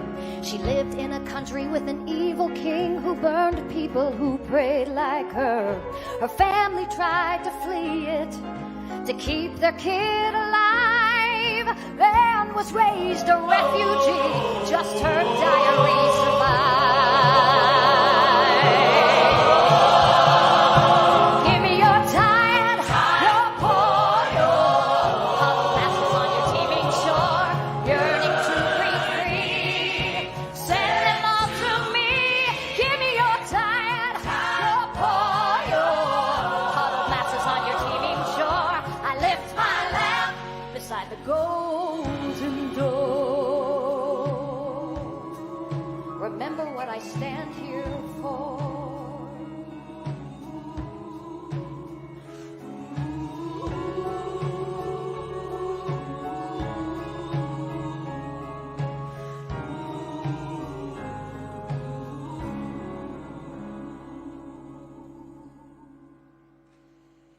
There once was a young man who dreamed of earning his degree. He lived in a country with an evil king who bombed his family. He flew to reach our border to start his life anew. He's detained today at JFK. We did not let him. We did not let him.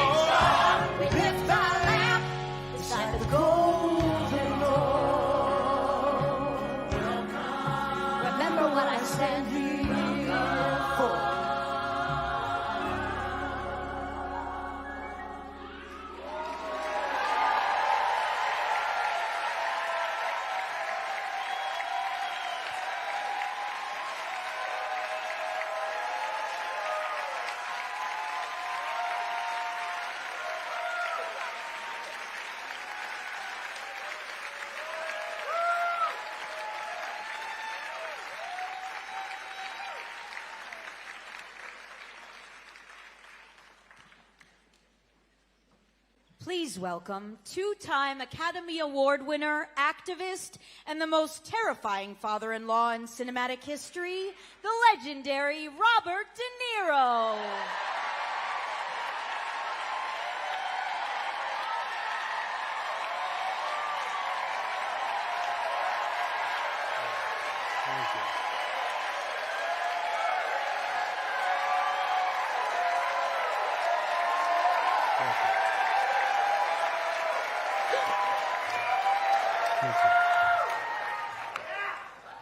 Good evening, everyone, and welcome to all of you who couldn't get tickets to the White House cage fights.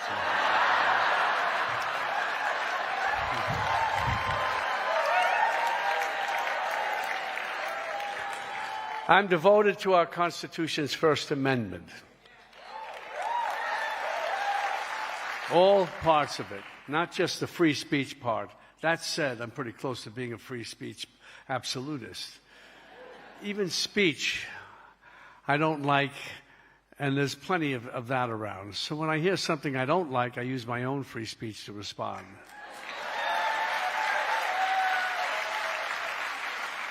Let me give you an example. When I hear Trump say, as he did a few days ago, I don't think about Americans' financial situation. Not even a little bit. I say, shut the fuck up.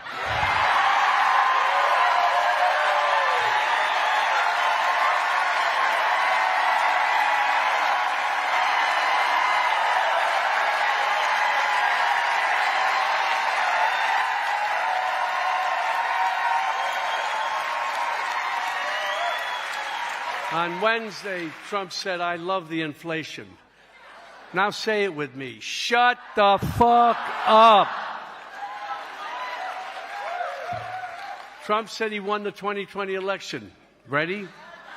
Shut the fuck up. Try this at home. Your young kids will especially enjoy it. Last September, along with many of us on stage tonight and many of you in the audience, I signed an ACLU letter protesting Jimmy Kimmel being taken off the air.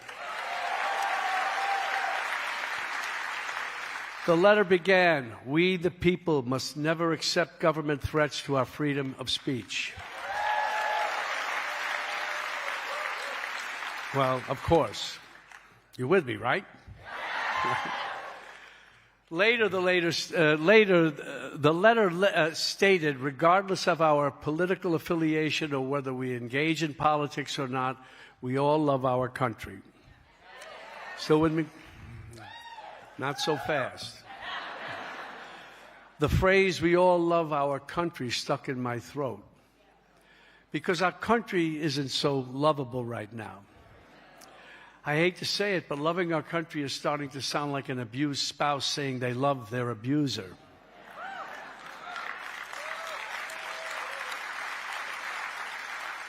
I can't love a country that starts stupid and inhumane wars,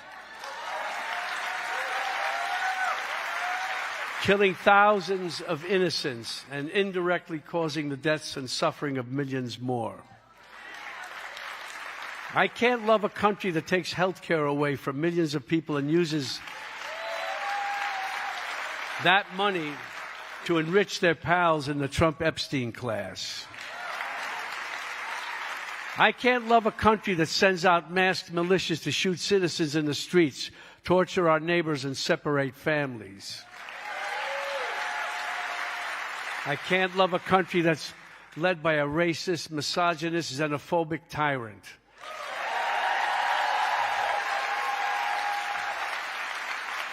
And let me just say it. I can't love the country that's led by Donald Trump and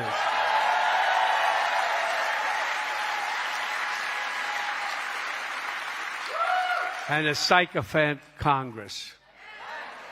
For most of my life, of course, I did love this country. The United States of America welcomed my immigrant ancestors. It gave me, my family, and my fellow citizens such rich opportunities and extraordinary freedoms. I want to love my country again.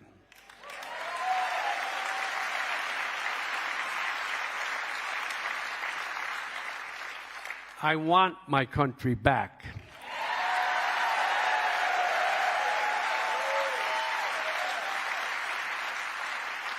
That's why I stand with the Committee for the First Amendment. And you, all of you. Together we rise up, we sing out, we keep organizing, and we fall in love again. Thank you.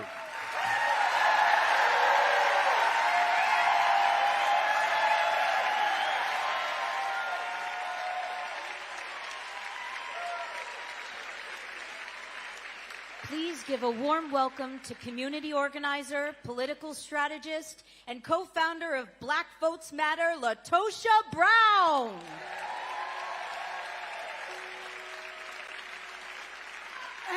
Ain't gonna let nobody turn me around, turn me around, turn me around. Ain't gonna let nobody turn me around. I'm gonna keep on walking, keep on talking, marching up to freedom's land. Injustice, sing with me.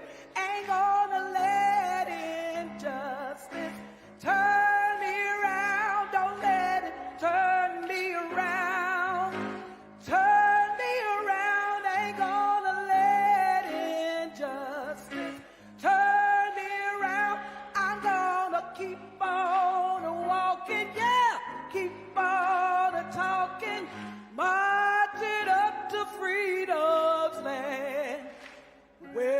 the first thing I did wrong.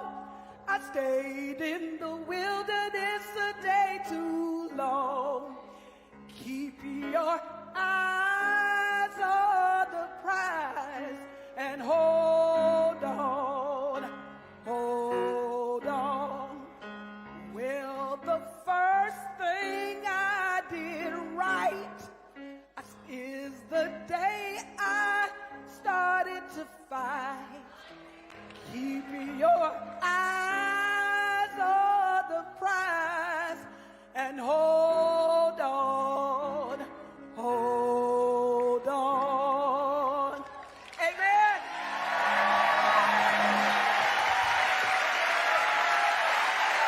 Hold on, hold on.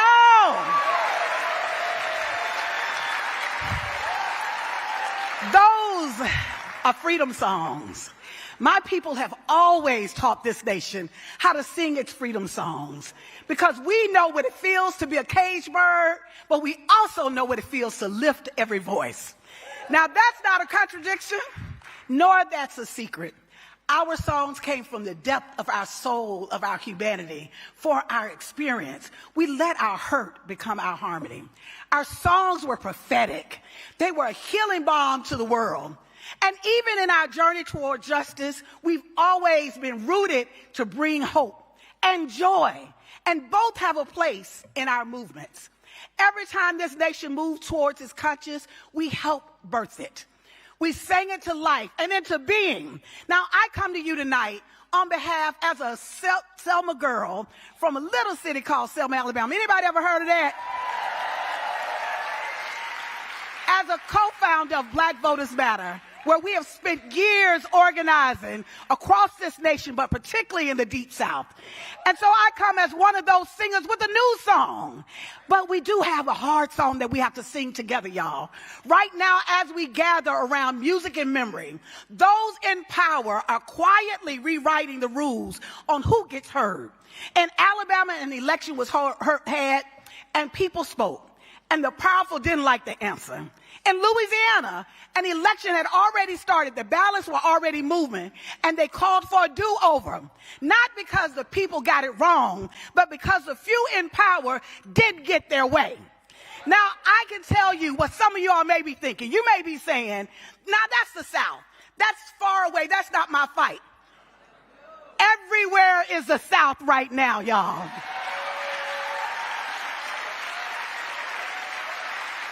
So I need you to hear me. The South is no longer just a place. It represents heartbreak, but it also represents hope. Because we are everywhere. Whatever they perfect on us, they will export to you. When they can change the rules of an election, in the middle of an election, for one people, they set the precedent for the entire nation. So today is the South. Tomorrow it'll be anyone that dares to dissent from the few who hold power. This is a litmus test. This is a rehearsal. Our fate has been tied to the fate of this nation, always. We have been as conscious since its very breath. And when they come for our voices, they're practicing how to come for yours. So let me say this. Silence has never been neutral. And cynicism is not a strategy. If you are not raising your voice in this moment against the injustice that is happening, you have chosen a side. Now, as we approach the 250th anniversary of the year of this nation, who's giving itself a birthday party that doesn't quite deserve it right now, I would say in my grandmother's words that what the devil meant for harm, God will use for your good. I didn't understand that, but I do now, that in this moment of despair, that people are looking for hope. When it seems like there's a dark night of the soul, we are the light bearers. We're the ones to actually lay the path so that people can understand. I am here as defiance dressed up as hope. I am resistance. I am also love. Yes, because our politics, y'all, our politics will not save us.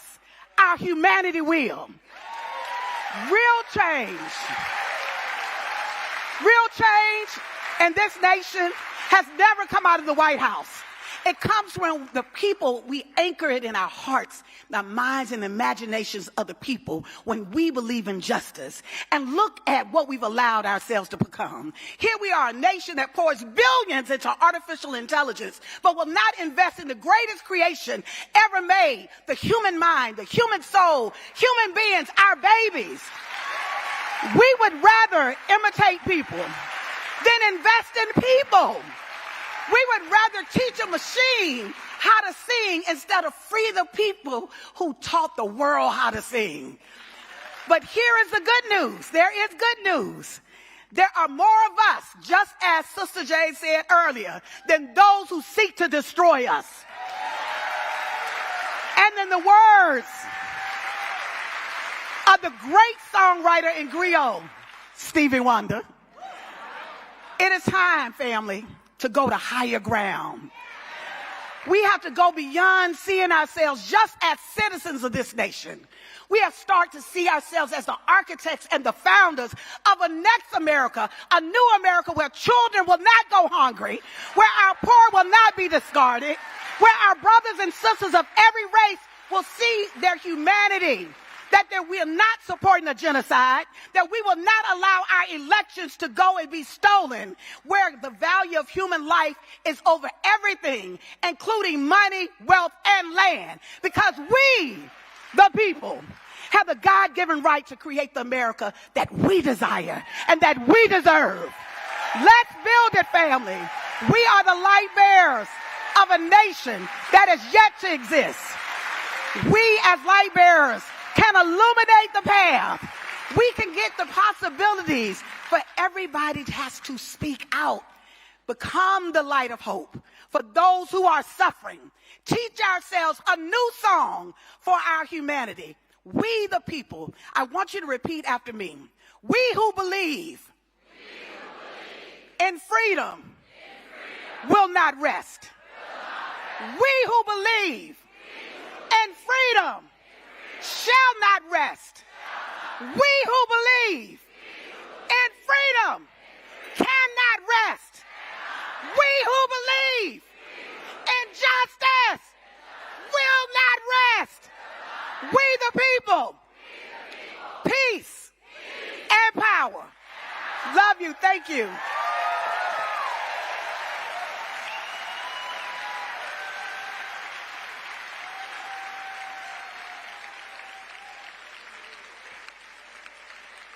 Please welcome to the stage singer, songwriter, poet, author, visual artist, and activist icon, Patti Smith.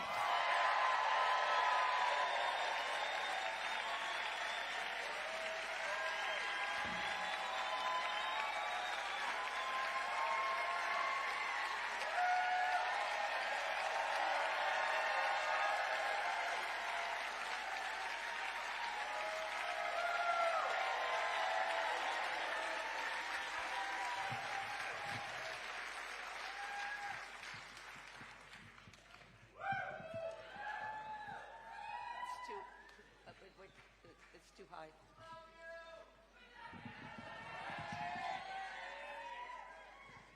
little bit higher. Okay, thanks.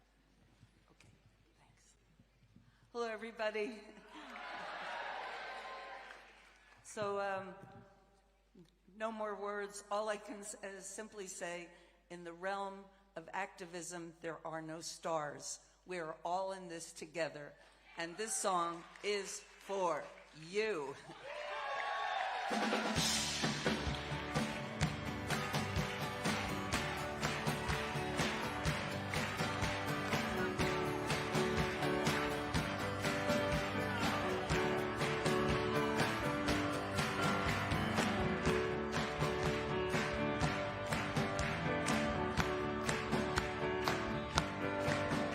I was dreaming, in my dreaming, well, of an aspect bright and fair, and my sleeping, it was broken, but my dream, it lingered near, in the farm of shining valleys, where the pure air, rarefied, and my senses are newly opened.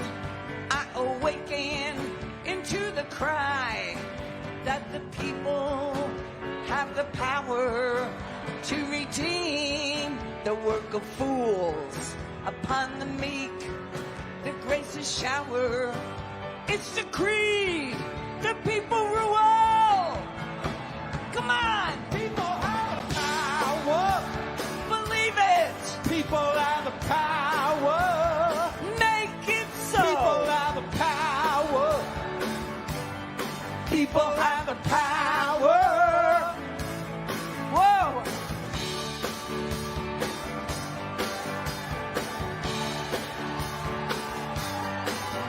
Vengeful aspects became suspect and bended low as if to hear. And the armies ceased advancing because the people had their ear. And the shepherds and the soldiers, where they lay beneath the stars, exchanging visions, laying arms to waste in the dust, in the form of shining valleys, where the pure air rarefied, and my senses newly opened, 'cause I awakened to the cry. Come on, people have the power. Believe it. People have the power. Make it so. People have the power. People have the power.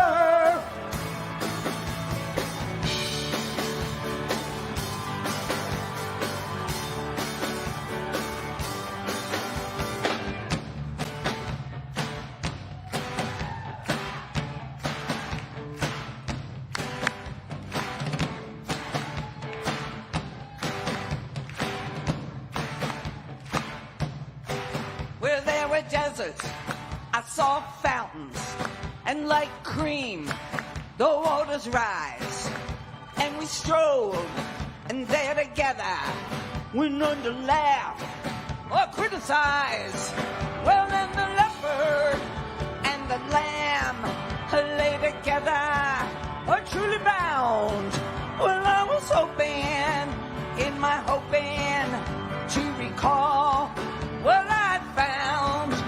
I was dreaming, in my dreaming, God knows, a pure view. As I surrender into my sleeping, I commit my dream to you. People have the power to dream. People have the power to vote. People have the power to march. People have the power to love, power to dream, to rule, to wrestle the world from fools. It's decreed the people rule. Well, it's decreed the people rule. Listen, I believe everything we dream can come to pass through our union. We can turn the world around. We can turn the earth's revolution. People have the power. People have the power. People have the power. People have the power. Don't forget it. Use your voice.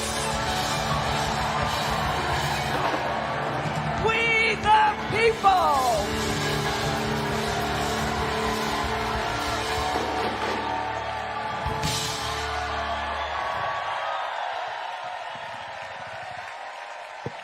Thank you. Thank you, Jane Fonda.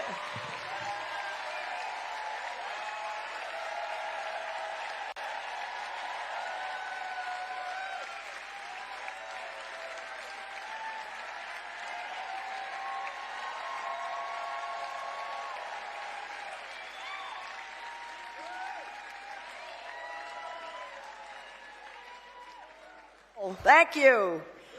And thanks to all of you for being here. There's another song coming, so I'm just, there's a big song coming. Thanks to all the artists and activists who've lent their time and talent to... And thanks to all of you for being here, and thanks to everybody that's tuning in from all around the country. Thank you. I want to give a shout out. I want to give a special shout out to a very talented man, Walter Willison, who gave me the idea to do this here, this concert in Town Hall. And thank you to the team that helped us bring us all here. This was a true collaboration tonight, led by the venerable and visionary Shelley Williams, our director. This event was produced by the Herculean efforts of Bruce Cohen and Rob Nanas of Rigor and Ruckus, with Rachel Sussman and Heather Shields. Music direction by the Tony Award-winning Mary Mitchell Campbell. Writing by the terrific Emmy nominee Bess Kalb. And thank you to the crew and the entire staff of the Committee for the First Amendment. You know, the musicians we heard tonight have sung out, and now it's time for us to rise up. Yes. We have to answer the call. Authoritarians will try many things to lock us in their hold on power, but there's so much we can do at home, in the streets, in the media, and at the ballot box. And now, we're going to give 4 calls to action, very concrete.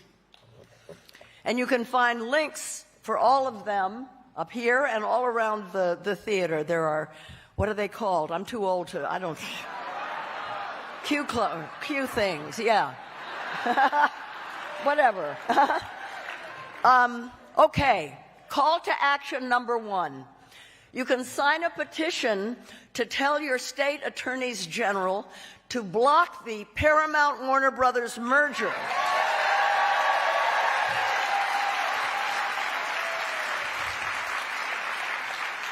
This is a direct attack on free speech, freedom of expression, decent costs of going to you're going to have to pay more if this merger comes through, and you're going to get a very thinned out kind of culture. It'll be flattened. Freedom of expression, independence, and diverse news. I have a personal stake in CNN. I don't want to see it go that way. You know what I'm saying? And sorry, I'm so sorry. Did you know that there's an election coming up? There's an election. Hey, yo, itty-bitty! Woo!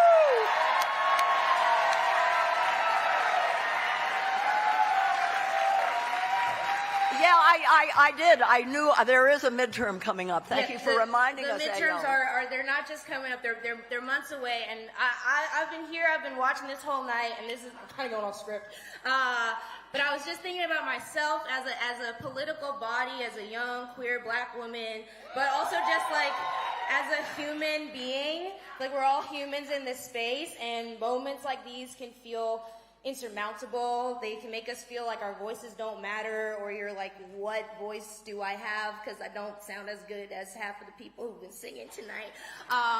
But that's wrong. It's a lie. And the powers that be know it. That's why they are actively trying to take away our right to vote, a right that people have died for. Moments like these, they can't feel futile. We can't let that happen to us. And there are a bunch of great initiatives that can help, like Black Votes Matter, and through the Freedom Summer Initiative. You don't just have to be black to join and to help out. You can donate. You can lead in your community. You can sign up to learn about this summer's events. So that was the second call to action, okay? Number two. And next, you can volunteer for the Election Protection Coalition to help voters by phone. And if you'd like an actual job at a polling station, okay, actual job. I didn't write that, but if you do want an actual job at a polling station, Right, you got Power the Polls recruits poll workers and connects you with your local election office to apply, and this is really needed. Yes. This is really, really needed. I'm seeing some nodding. I'm seeing more nodding. Okay. It's a real job. You get paid. You really get and paid. they really need us there. This economy, okay. And if you're a member of the entertainment industry, you know, an artist, a singer, but also behind the scenes, carpenters and electricians and all, if you're part of our industry, join the Committee for the First Amendment. And if you are a part of a different community, a teacher, a student, auto workers, retirees, carpenters, plumbers, we're just naming professions now. But if you are, accountant, someone say a job. Social worker.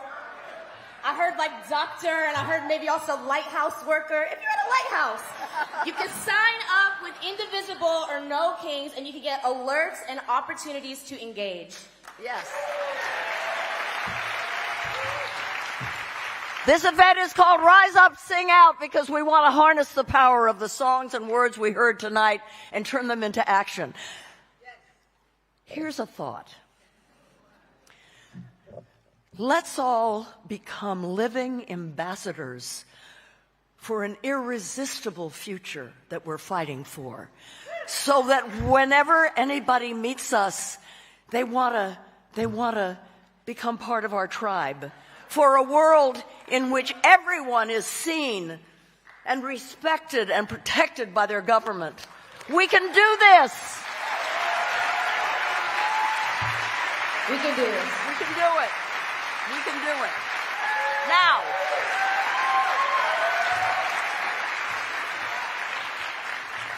since this theater was built by the suffragists over 100 years ago, it's only fitting to give them the last word. Through the prescient song from Shana Taub's Tony-winning musical Suffs, led by Kayla Devian with the Broadway inspirational voices, may we all be inspired to keep on marching.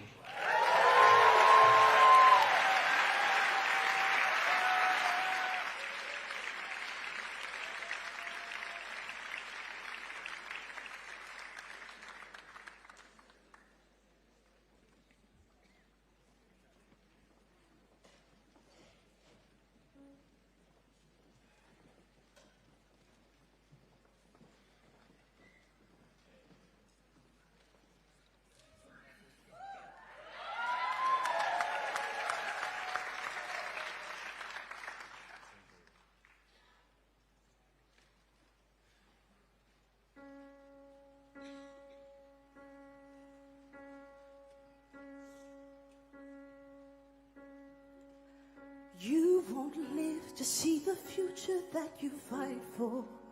Maybe no one gets to reach that perfect day.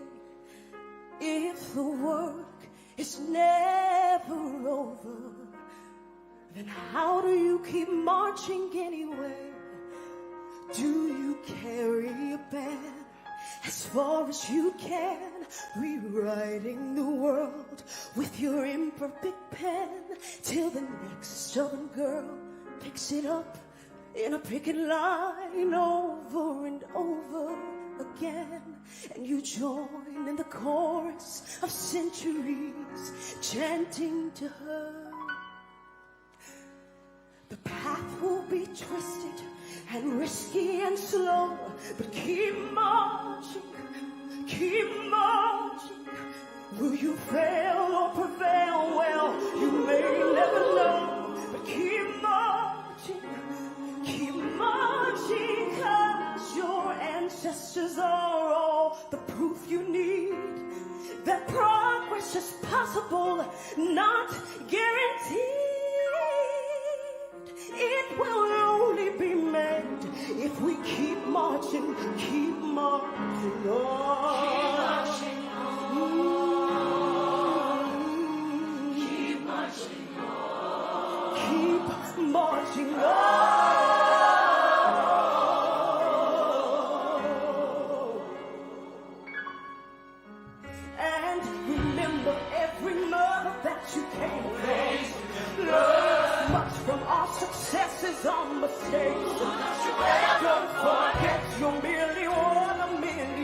others on the journey generation makes. We did not end injustice, and neither will you. But still we made strides, so we know you can too. Make peace with our incomplete power and use it for good, 'cause there's so much to do. There's so much to do. The gains will feel small and the loss is too large, but keep marching. Keep marching. You'll rarely agree with whoever's in charge.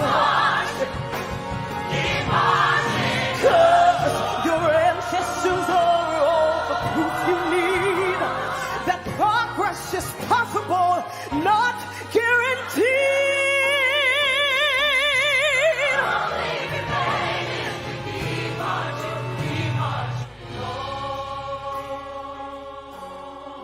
Keep marching on. Keep marching on. Keep marching on. Keep marching on. Keep marching on. Keep marching on.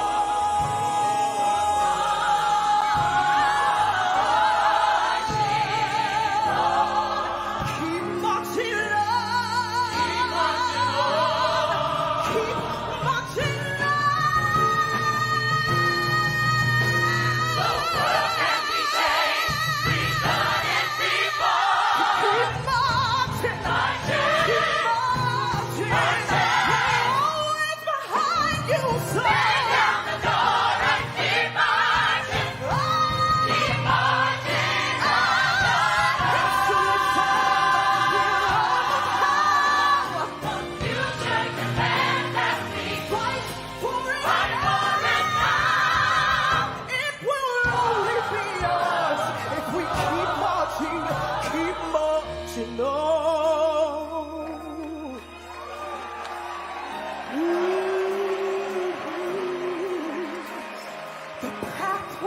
Twisted and risky and slow,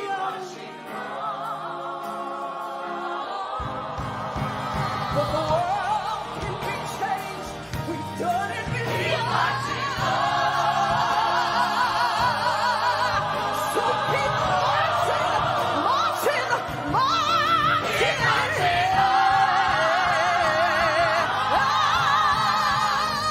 I'm not tired yet.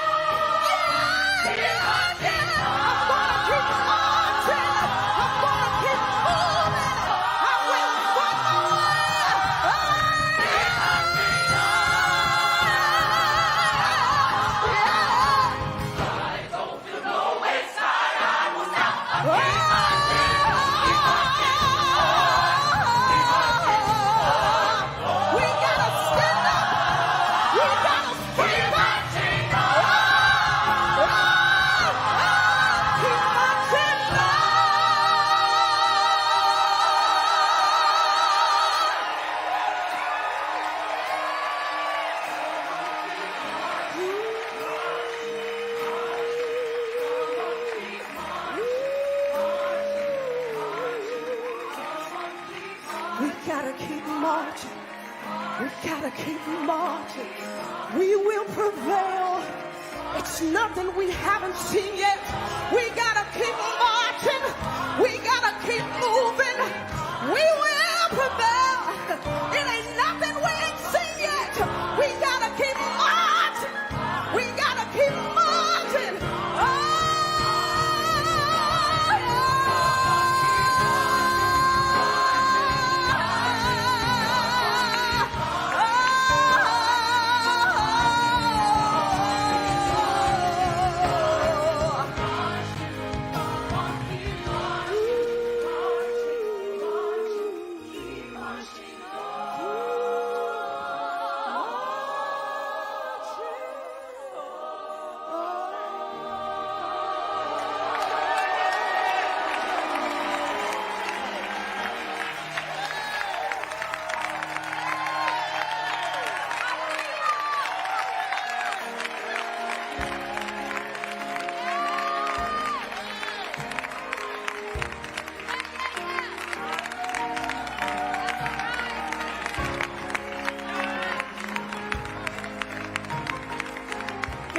one more time.